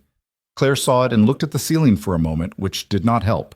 When it was done, when the words were said and the rings exchanged, and the officiant pronounced them, and Damien kissed her in the straightforward and complete way he did most things, the first sound in the room was Emma saying yay with the enthusiasm of a 5-year-old at the conclusion of something she'd been waiting for. And the second sound was the room laughing, and the third sound was everything at once. Sophie and Emma ran toward each other from opposite sides of the aisle. Sophie having stepped away to stand near Margaret, Emma having been sitting beside Diane, and they collided in the middle in a tangle of flower girl dresses and a bouquet that shed half its petals on impact, and Gerald falling to the floor and being immediately retrieved and held aloft like a trophy. Marcus stood beside Damien. He looked at the 2 girls in the aisle. He looked at his mother, who was still standing at the altar with tears drying on her face and her new husband's hand in both of hers. He put his hands in his pockets the way he did when he was satisfied with something and didn't need to say so. Damien looked at him. Marcus met his eyes. And for that one moment, without words, without ceremony, without anyone else noticing, the look passed between them that meant everything had been decided, and the decision was good, and whatever came next, they were going to face it together. The reception ran long because everyone stayed, because that was what happened when people were genuinely happy rather than obligated, and because Emma fell asleep under a table around 9 p.m. and was discovered by Patricia in a nest of flower petals with Gerald in her arms, and the photograph someone took of that became the photograph that ended up in a frame on the mantel of a house that 3 weeks later would hold all 5 of them. Claire danced once with Damien to a song neither of them had selected.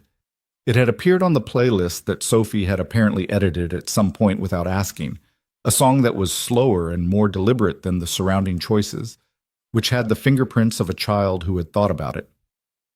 "Did Sophie pick this song?" Claire asked against his shoulder. "Almost certainly," he said. "She's 8. She has opinions. She has very specific opinions," Claire said. They swayed in the middle of the floor, slightly out of step because neither of them was a dancer, which didn't matter. "Are you okay?" he asked. She thought about the bathroom floor in the apartment. about Marcus in the hallway in his pajamas, about the ring and the galaxy photograph, and the 1037 question in the dark. Yes, she said, for the first time in a long time, I'm actually just okay.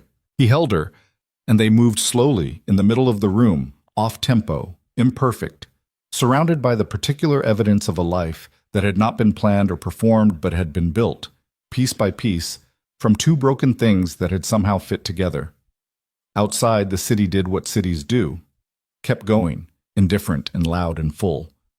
But in here, the floor held, and the people stayed, and the night was something that would be remembered. The first year of the marriage was not what either of them had imagined, which was probably accurate for most first years, and certainly accurate for this one. They moved into Damien's house in December, a 4-bedroom brownstone in Rittenhouse Square that was large and well-maintained and had been, before Claire and the kids arrived, extremely quiet. The quiet had been something Damien had grown accustomed to in the way people grow accustomed to things that aren't good for them. Not comfortable exactly, but familiar enough to mistake for comfort. The first week with all 5 of them under the same roof dismantled the quiet so completely that he sometimes stood in the kitchen at 7 a.m. listening to the noise of it.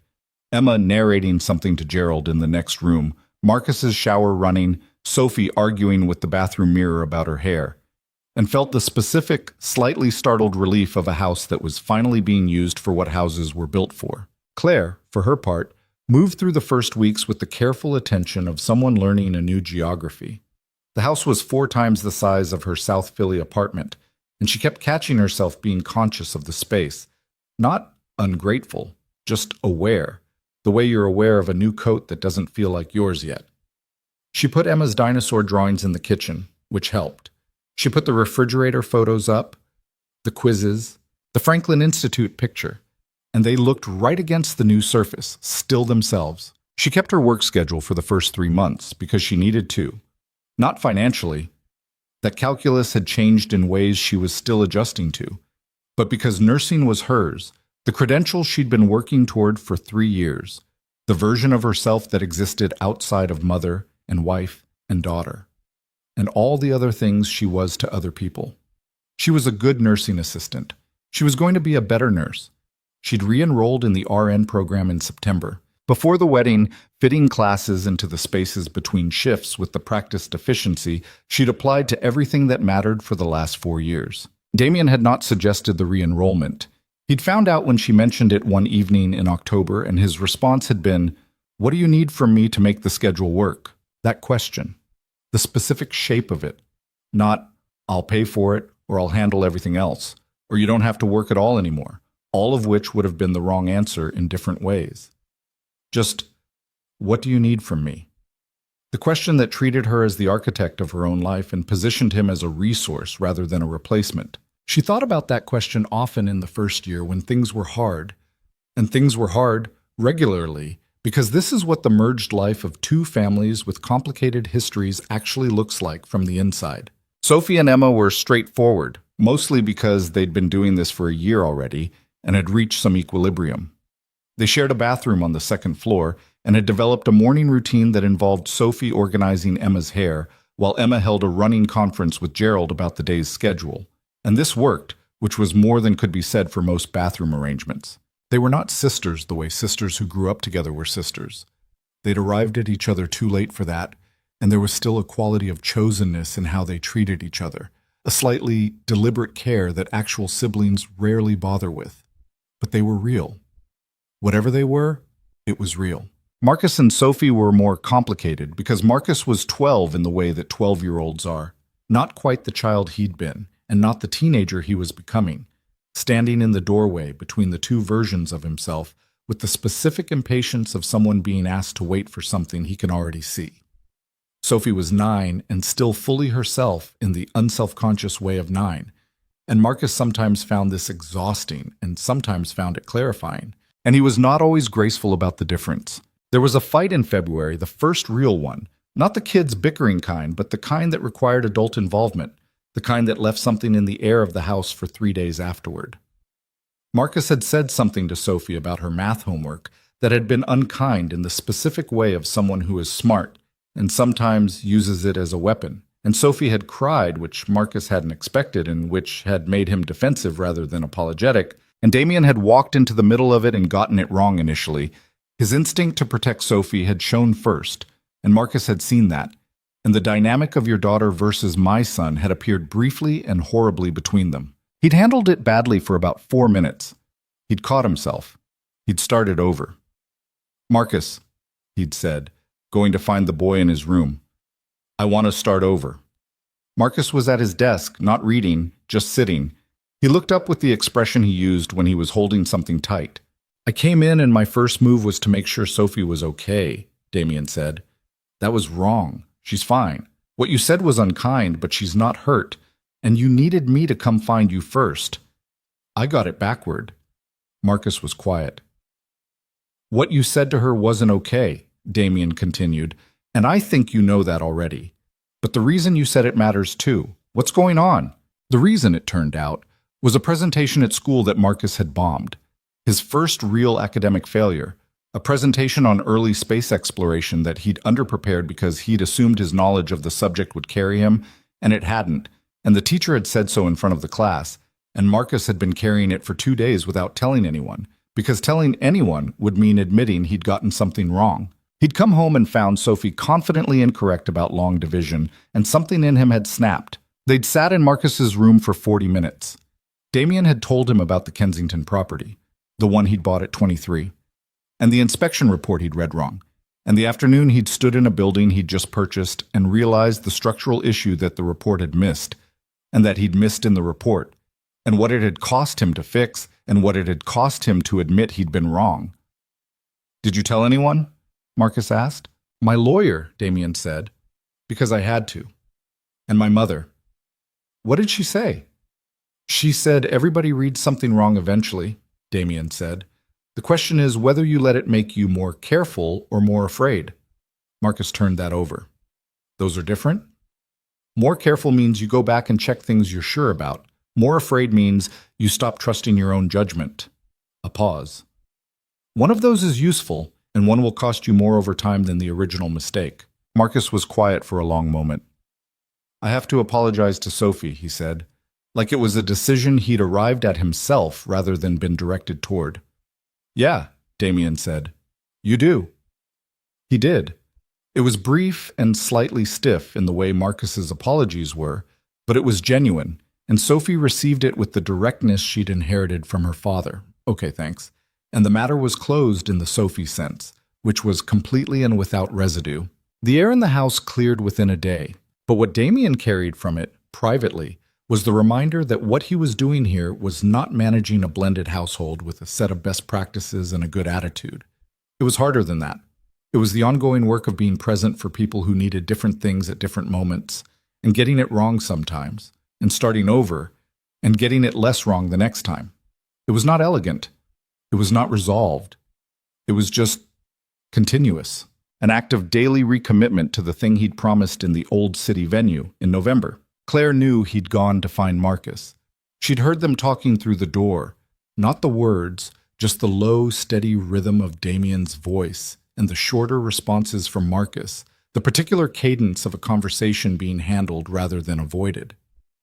She'd stood in the hallway for a moment, listening to it, and felt something settle. She thought about Kevin, who had never once gone to find Marcus, who had treated her children as furniture, not unkindly in the early years, but not fully present either, who had looked at Marcus's books and his questions and his particular focused intensity and called it a lot in the way people describe children they don't know how to reach, who had looked at a toddler, Emma, and seen obligation rather than person. She thought about the difference between someone who shows up and someone who shows up for you. The distinction was enormous. She hadn't understood how enormous until she'd seen both. The RN program took her 2 years.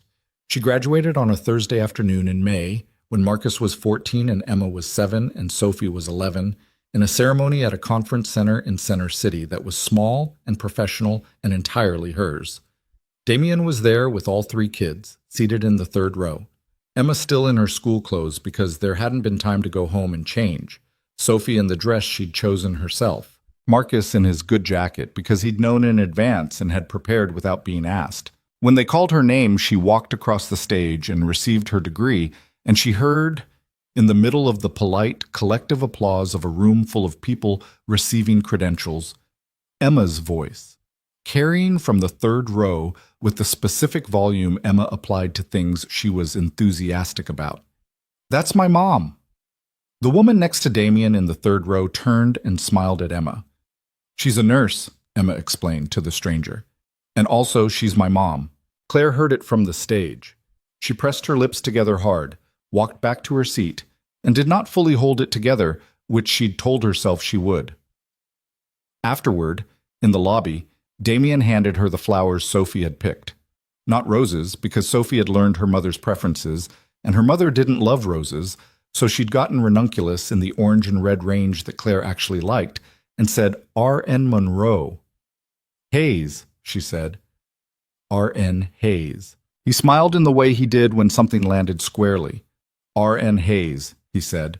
Marcus stood slightly apart from the group, which was his habit in large rooms, and when Claire reached him, he didn't say anything, just held out his hand for a formal handshake that he'd clearly been planning because it was such a Marcus thing, the mock solemnity of it, the deliberate echo of an adult interaction. And she'd shaken his hand with matching gravity and then pulled him into a hug that he'd allowed for a full 6 seconds, which was long for Marcus. 3 years, he said, against her shoulder. "You did it in 3 years while working." "With help," she said. He didn't argue with that. He'd been part of the help. Homework, the nights he'd managed Emma's dinner when Claire had classes, the times he'd set his alarm for 6 a.m. to make sure Emma got up and dressed on the mornings Claire was working the overnight. He'd been part of the help in ways she'd tried to acknowledge without making him feel burdened by it, the specific balance of a child who has grown up fast and needs to be seen for it without being asked to carry it. She saw him. She always had. Kevin came back in the spring of the following year. Marcus was 15 by then. He didn't call ahead, which was either poor planning or a deliberate strategy to avoid being told not to come. And Claire had long since stopped trying to interpret his choices in terms that gave him too much credit or too little. He just appeared on a Tuesday afternoon at the house in Rittenhouse Square, a man standing on the front stoop of an address he'd found somehow, looking like someone who had been building up to something and was not fully sure it had been a good idea. Claire answered the door. She'd opened it expecting the FedEx delivery that Patricia had told her was coming, and instead she found Kevin Monroe, 5 years older than the last time she'd seen him, which was Easter 2 years before the wedding, the afternoon Marcus had said we were eating lunch and gone back to the table. He looked like himself but softer around the edges, the specific softness that came from something that wasn't health.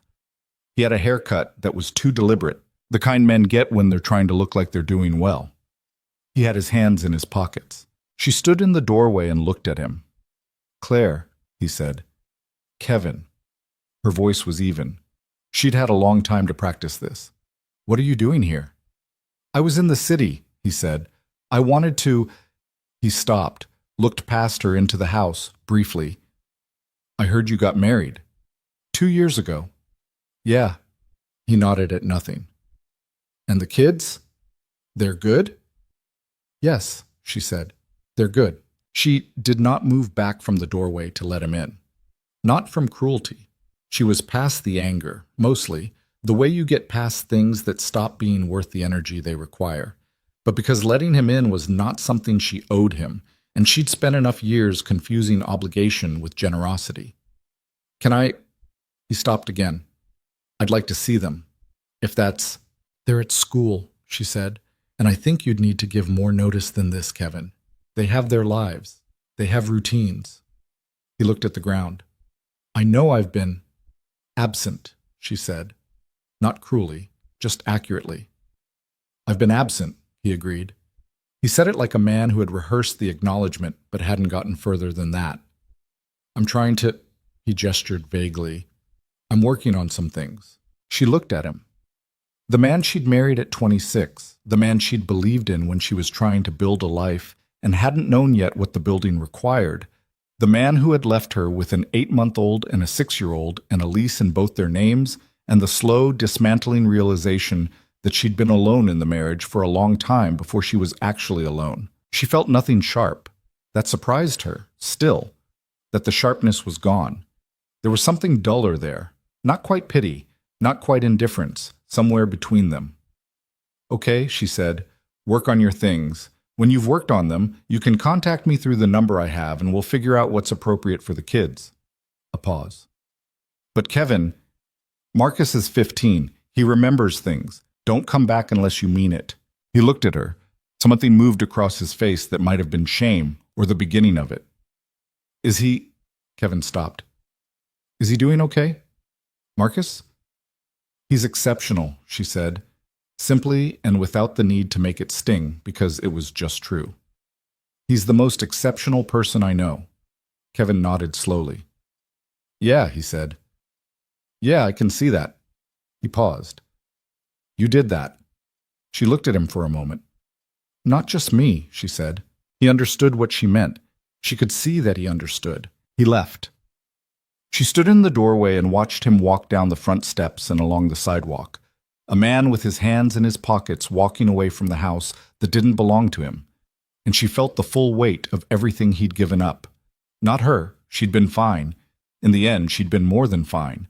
But Marcus at 6 and Emma as a baby, and every year between then and now, the science projects and the planetarium and the 94 quiz and the graduation in the morning. Emma had called Damien Dad without thinking about it. All of it, irrecoverable, gone by choice. She closed the door. Damien was in his office on the 3rd floor, on a call that had started at 2 and was still going at 4, which was the specific purgatory of real estate development at the scale he operated, and she knocked and opened the door and he looked up and read her face and said into the phone, I need 5 minutes. Hold on. Kevin was here, she said. He looked at her. Are you okay? Yes, she said. She meant it. He wanted to see the kids. I told him to give notice and to not come back unless he meant it. She leaned against the door frame. I don't know if he will. What do you need? That question, always that question. Nothing, she said. I just wanted to tell you. Do Marcus and Emma need to know? She thought about it. Marcus might need to know. Not today, but before Kevin comes back, if he does. A pause. He'll want to process it himself. I'll talk to him if you want, Damien said. Or you can. Or both. Let me do it, she said. But stay available. Always, he said. She went back downstairs. He went back to his call. She told Marcus that night, after Emma was in bed, sitting at the kitchen table, their table still, even here, still the place where the real conversations happened. She told him simply and without editorializing. Kevin had come. Kevin had asked about him. She'd told Kevin to give notice and mean it before coming back. Marcus listened with his hands flat on the table, which was a thing he'd started doing in the last year, and she noticed it and did not say anything about it. Did you let him in? Marcus asked. No, she said. Marcus nodded. He asked if you were okay, she said. I told him you were exceptional. Something moved across Marcus's face. He looked at the table for a moment, then back up. Do you think he'll come back? I don't know, she said honestly. Do you want him to? She thought about it. I want him to do whatever is going to be real, she said. For your sake and Emma's. Not a visit with presents and then gone again. Real. She paused. But that's his work to do, not ours. Marcus was quiet for a long moment. He was taller than her now, had been for about 6 months, which she still hadn't fully absorbed. He sat at the kitchen table in the house that was no longer her apartment and looked at his mother with the 15-year-old version of the face she'd known since he was born. I don't need him, Marcus said. Not bitterly. Not as a declaration of triumph or wound, just as information, delivered in the factual way he delivered most things. I've figured out what a father looks like. I know what it actually means. He glanced toward the ceiling, toward the 3rd floor where the sound of Damien's call had long since stopped. I'm good. She reached across the table and put her hand over his. He turned it over and held it for a moment, the way he had when he was small and hadn't started yet on the managed self-containment that adolescence was building in him. Then he let go, picked up his phone, and said, I have homework, and went upstairs. Kevin called twice over the following year. Once she answered, once she didn't. The conversations were short. He was still working on things, he said, still figuring out the logistics, still meaning to. She received this information the way she received most things now, clearly, without attachment to the outcome. without the hope or the bracing that used to accompany anything involving Kevin. The children knew he'd called. Marcus's response was minimal, a nod, a return to whatever he'd been doing. Emma asked if he was going to visit, and Claire said maybe someday, and Emma said okay and asked if Gerald needed a bath, because Gerald was looking dusty, which was an accurate observation and a complete pivot, and that was that. He stopped calling after the second year. The years that followed were not a resolution of anything. That was the thing nobody told you about building a life, that it didn't resolve, that it didn't arrive at a state of completion and rest there, that the work was ongoing and sometimes the work was hard.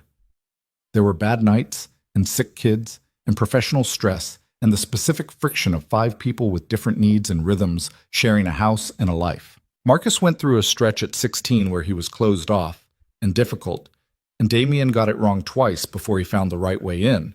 And Sophie went through a thing at 13 that required more from Claire than Claire had known she had, and Emma broke her arm in 5th grade, and the ER visit opened something in Claire that she hadn't known was still close to the surface. The old hospital waiting room version of herself that flinched at fluorescent lights and hard plastic chairs. But Damien was there. Every time. Not perfectly. He got things wrong, and said the wrong thing, and sometimes prioritized work in the old way, and caught himself and recalibrated. He was not the version of himself he'd been before Rachel, the one who'd worked 17-hour days and called it building something. He was something different, still driven, still capable of the focus that had built the company from nothing, but with an understanding now of what focus cost when it was aimed at the wrong things. He showed up for school events, not just the big ones, the graduations and the plays and the championships, but the middle ones, the ones that were important specifically to the kid in question and nobody else. Marcus's regional science fair at 14, which he'd won and which had been attended by exactly 11 parents total, and Damien had been one of them. Emma's 2nd grade dinosaur report, which she delivered to her class with an authority that her teacher had described as commanding, and which Damien had sat through wearing a paper dinosaur hat that Emma had made him put on at the door and which he had worn without comment. Sophie's volleyball games in high school, all of them, when he could, and when he couldn't, he had someone record it, and he watched that night without being asked. He was, in the language of parenting that nobody uses out loud but everyone understands, present. Not the performative present of someone doing their duty, but the genuine article, the kind that means you know which child is afraid of what, which one processes things alone first, and which one needs the conversation immediately, which one needs to be held, and which one needs to be left alone, and which one needs to be asked the direct question because they will not volunteer the answer. He learned all of it. He kept learning. Claire finished her RN certification and moved into a position at Jefferson that was more aligned with what she wanted. A patient care role in a unit where her experience meant something, where she was good at the thing she was doing rather than just capable of it. She was, by the time Marcus was in college and Emma was in middle school, someone who moved through her professional life with a confidence that bore no resemblance to the woman who had sat in a hospital waiting room 7 years earlier, apologizing to strangers for a spilled cup of juice. That woman hadn't disappeared. Claire carried her the way you carry the person you used to be. Not with shame, not with nostalgia, but as context. As the before that made the after legible. She thought about her sometimes. The 30-year-old in the blue scrubs beneath the fluorescent light, holding a sleeping child and bracing for the next thing, and she felt something toward her that was close to tenderness. She'd been managing so much. She'd been holding so much together with such insufficient materials. She'd been, without knowing it, in the waiting room where her life was about to change. Marcus was 17 when he told Damien he wanted to study astrophysics. He said it at the kitchen table on a Sunday morning with the same directness he'd used for everything since he was 9. No preamble, no softening, just, I've been thinking about what I want to study. I want to do astrophysics. Damien put down his coffee. MIT or Caltech? Marcus looked at him. I haven't gotten in yet. Which one are you applying to? Both, Marcus said, and Princeton. Then MIT or Caltech, Damien said. Marcus almost smiled. You don't have a preference? I have a preference for wherever they're going to give you the most room, Damien said. What do you need from me for the applications?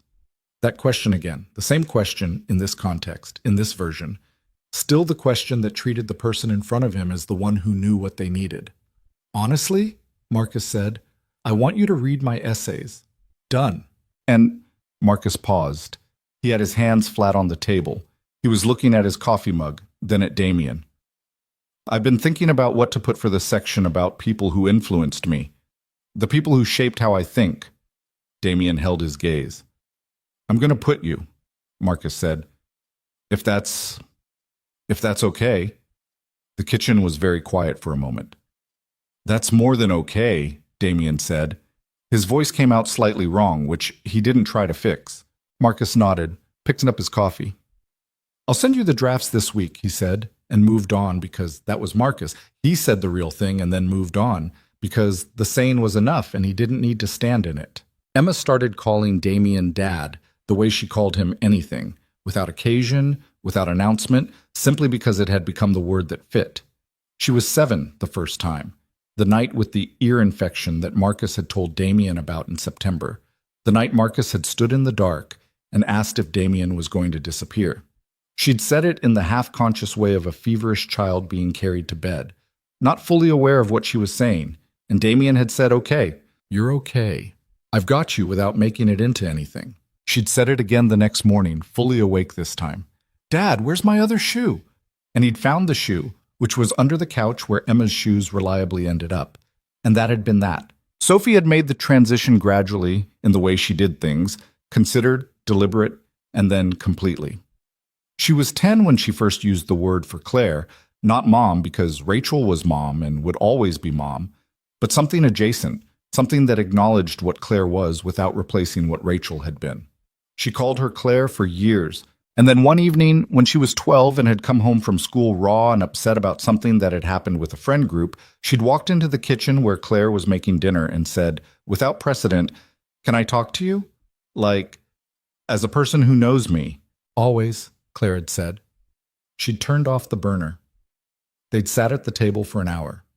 Claire had not tried to fix it, had not offered the perspective that made it easier to hold, had not done the thing that well-meaning adults do when they redirect a child's pain toward its silver lining.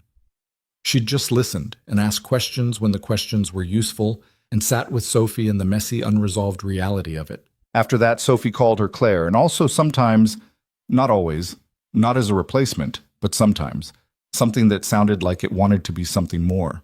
And Claire received it each time with the same quiet care, neither making too much of it nor not enough. Rachel was present in the house. This was something Damien had worked at deliberately and Claire had supported without reservation, because she understood, as a woman who had watched her own children carry an absent father, who knew the specific damage of a parent-shaped hole, that what Sophie needed was not for Rachel to be replaced, but for Rachel to remain real.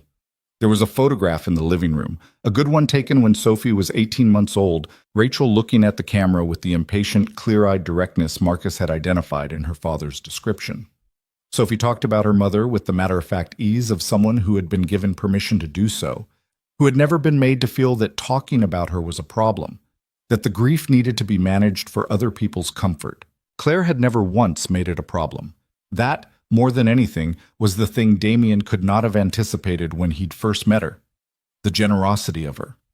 Not the performed generosity of someone being good on purpose, but the deep structural generosity of a woman who had been through enough to understand that love was not a finite resource, and that making room for Rachel did not diminish anything between them. He loved her for many things. That was at the top. 20 years after the first dinner, they went back. It wasn't planned as a commemorative event. He'd made the reservation at the restaurant on Spruce Street, the one with the good food and the low lighting and the tables spaced far enough apart.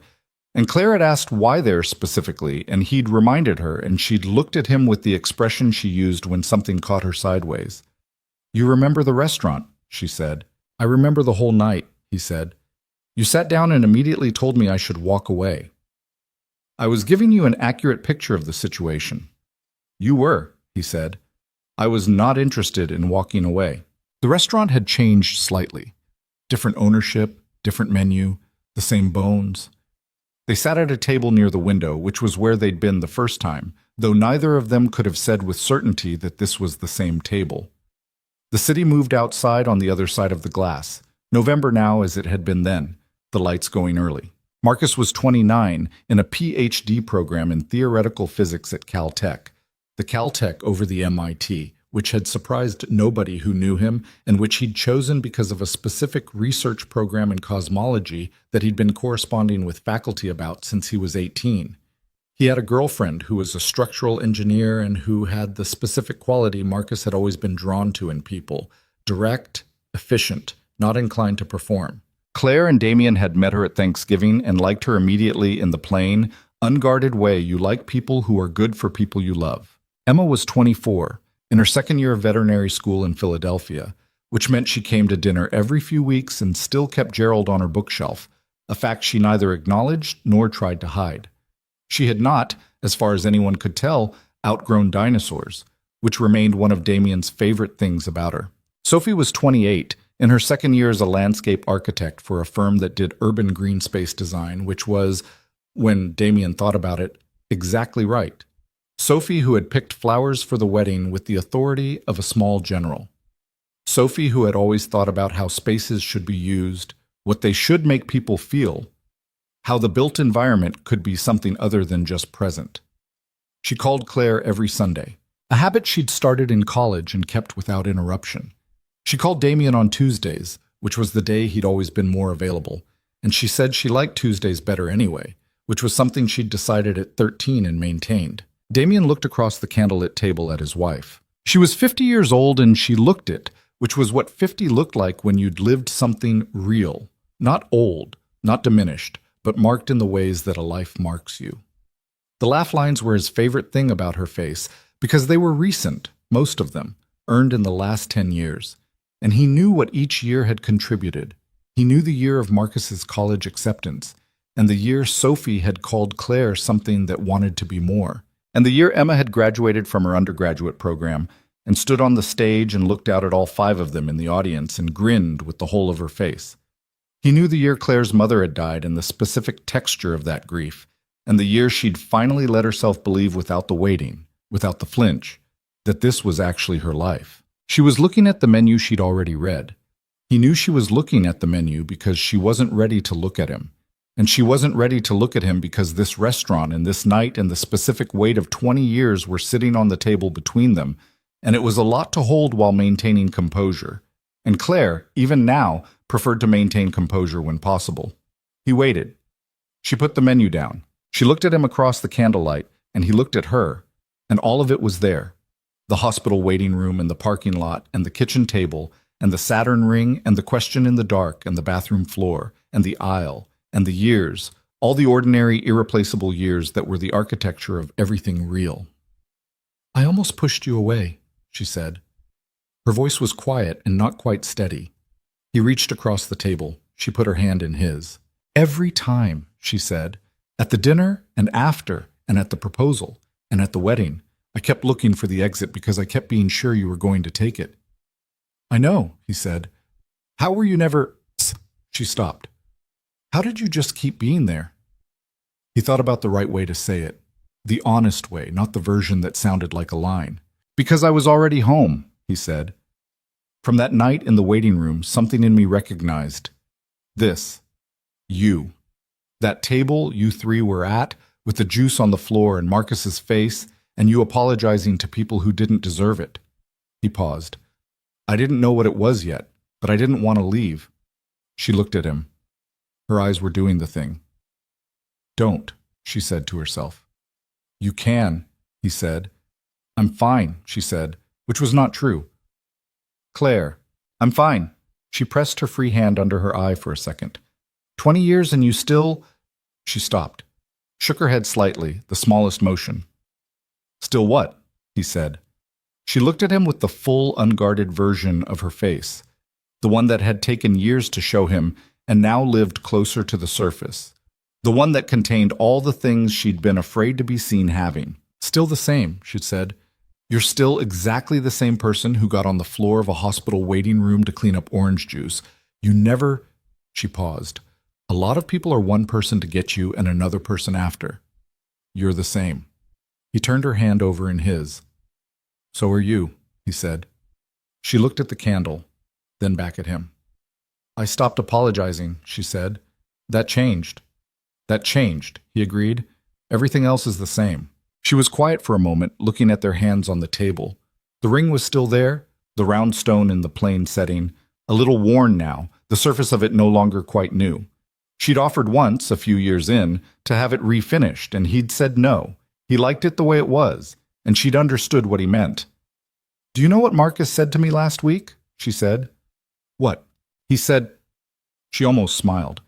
He said he's been thinking about the structure of things, of relationships, of families.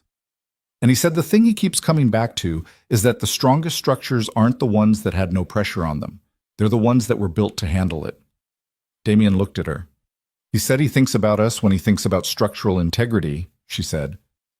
He said that like it was the highest compliment he knew how to give. "It is," Damien said. "From Marcus. It is." She laughed. That real one. The one she'd let out in the parking lot 14 years ago when he'd asked about Sophie's hand, and Sophie had told him about the narrative she'd constructed around the scar, and which had come out startled and genuine and had landed somewhere in his chest and never fully left. Outside, the city went on. The lights on Spruce Street, the people in their coats moving through the November dark, the whole busy, beautiful, indifferent world. Inside, two people sat at a table that might or might not have been the same table as 20 years before, and held hands across the candlelight, and were quiet in the way that people are quiet when they don't need to fill the space. There were no perfect endings here. Kevin was still out there somewhere, still the absence at the edge of Marcus and Emma's story, a fact that would always be true, and that had long since lost its power to define anything. Rachel was still a photograph in the living room, and a quality in Sophie's jaw, and an impatience in her daughter's eyes, present in the way that people are present when the people who love them do the work of keeping them real. There were still hard nights and wrong words, and things that got carried too long before they were put down. But Damien Hayes had stopped fearing quiet rooms. He'd stopped measuring his life in the distance between himself and the thing he'd lost. He'd started measuring it the way it deserved to be measured, in the people around the table, in the conversations at midnight, in the questions asked and the questions answered, and the small, ordinary moments that accumulated into a life that was, against the odds of all the ways it could have not been this, genuinely good. And Claire Monroe, Claire Hayes, had stopped apologizing for existing, had stopped waiting for the exit to appear, had stopped preparing for the love to reveal its cost. She'd been afraid for a long time that wanting something real was the thing that made you a target. She understood now that it was the thing that made you a person, the truest lesson of her life, the one she'd learned not from a book or a program or anything anyone had told her, but from 10 years of being in a room with a man who showed up, was this. Love was not the absence of fear.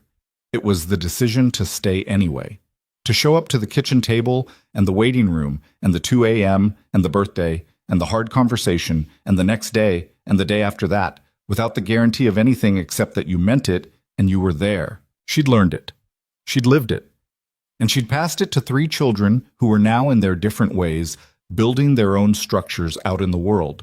Marcus with his cosmology and his engineer girlfriend, Emma with her veterinary medicine and her Gerald-adjacent adulthood, Sophie with her green spaces and her Tuesday calls.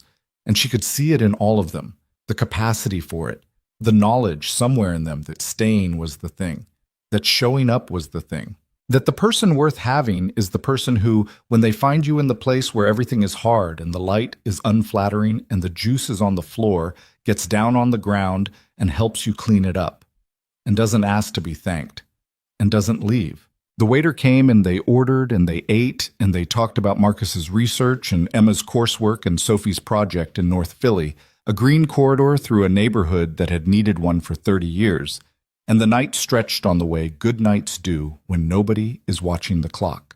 At some point, walking out into the November cold, their breath visible in the air, his hand finding hers in the way it always did, Claire looked up at the city above them, the lit windows, the bare trees, the particular quality of the sky above a place that had become, over 20 years and entirely without ceremony, home.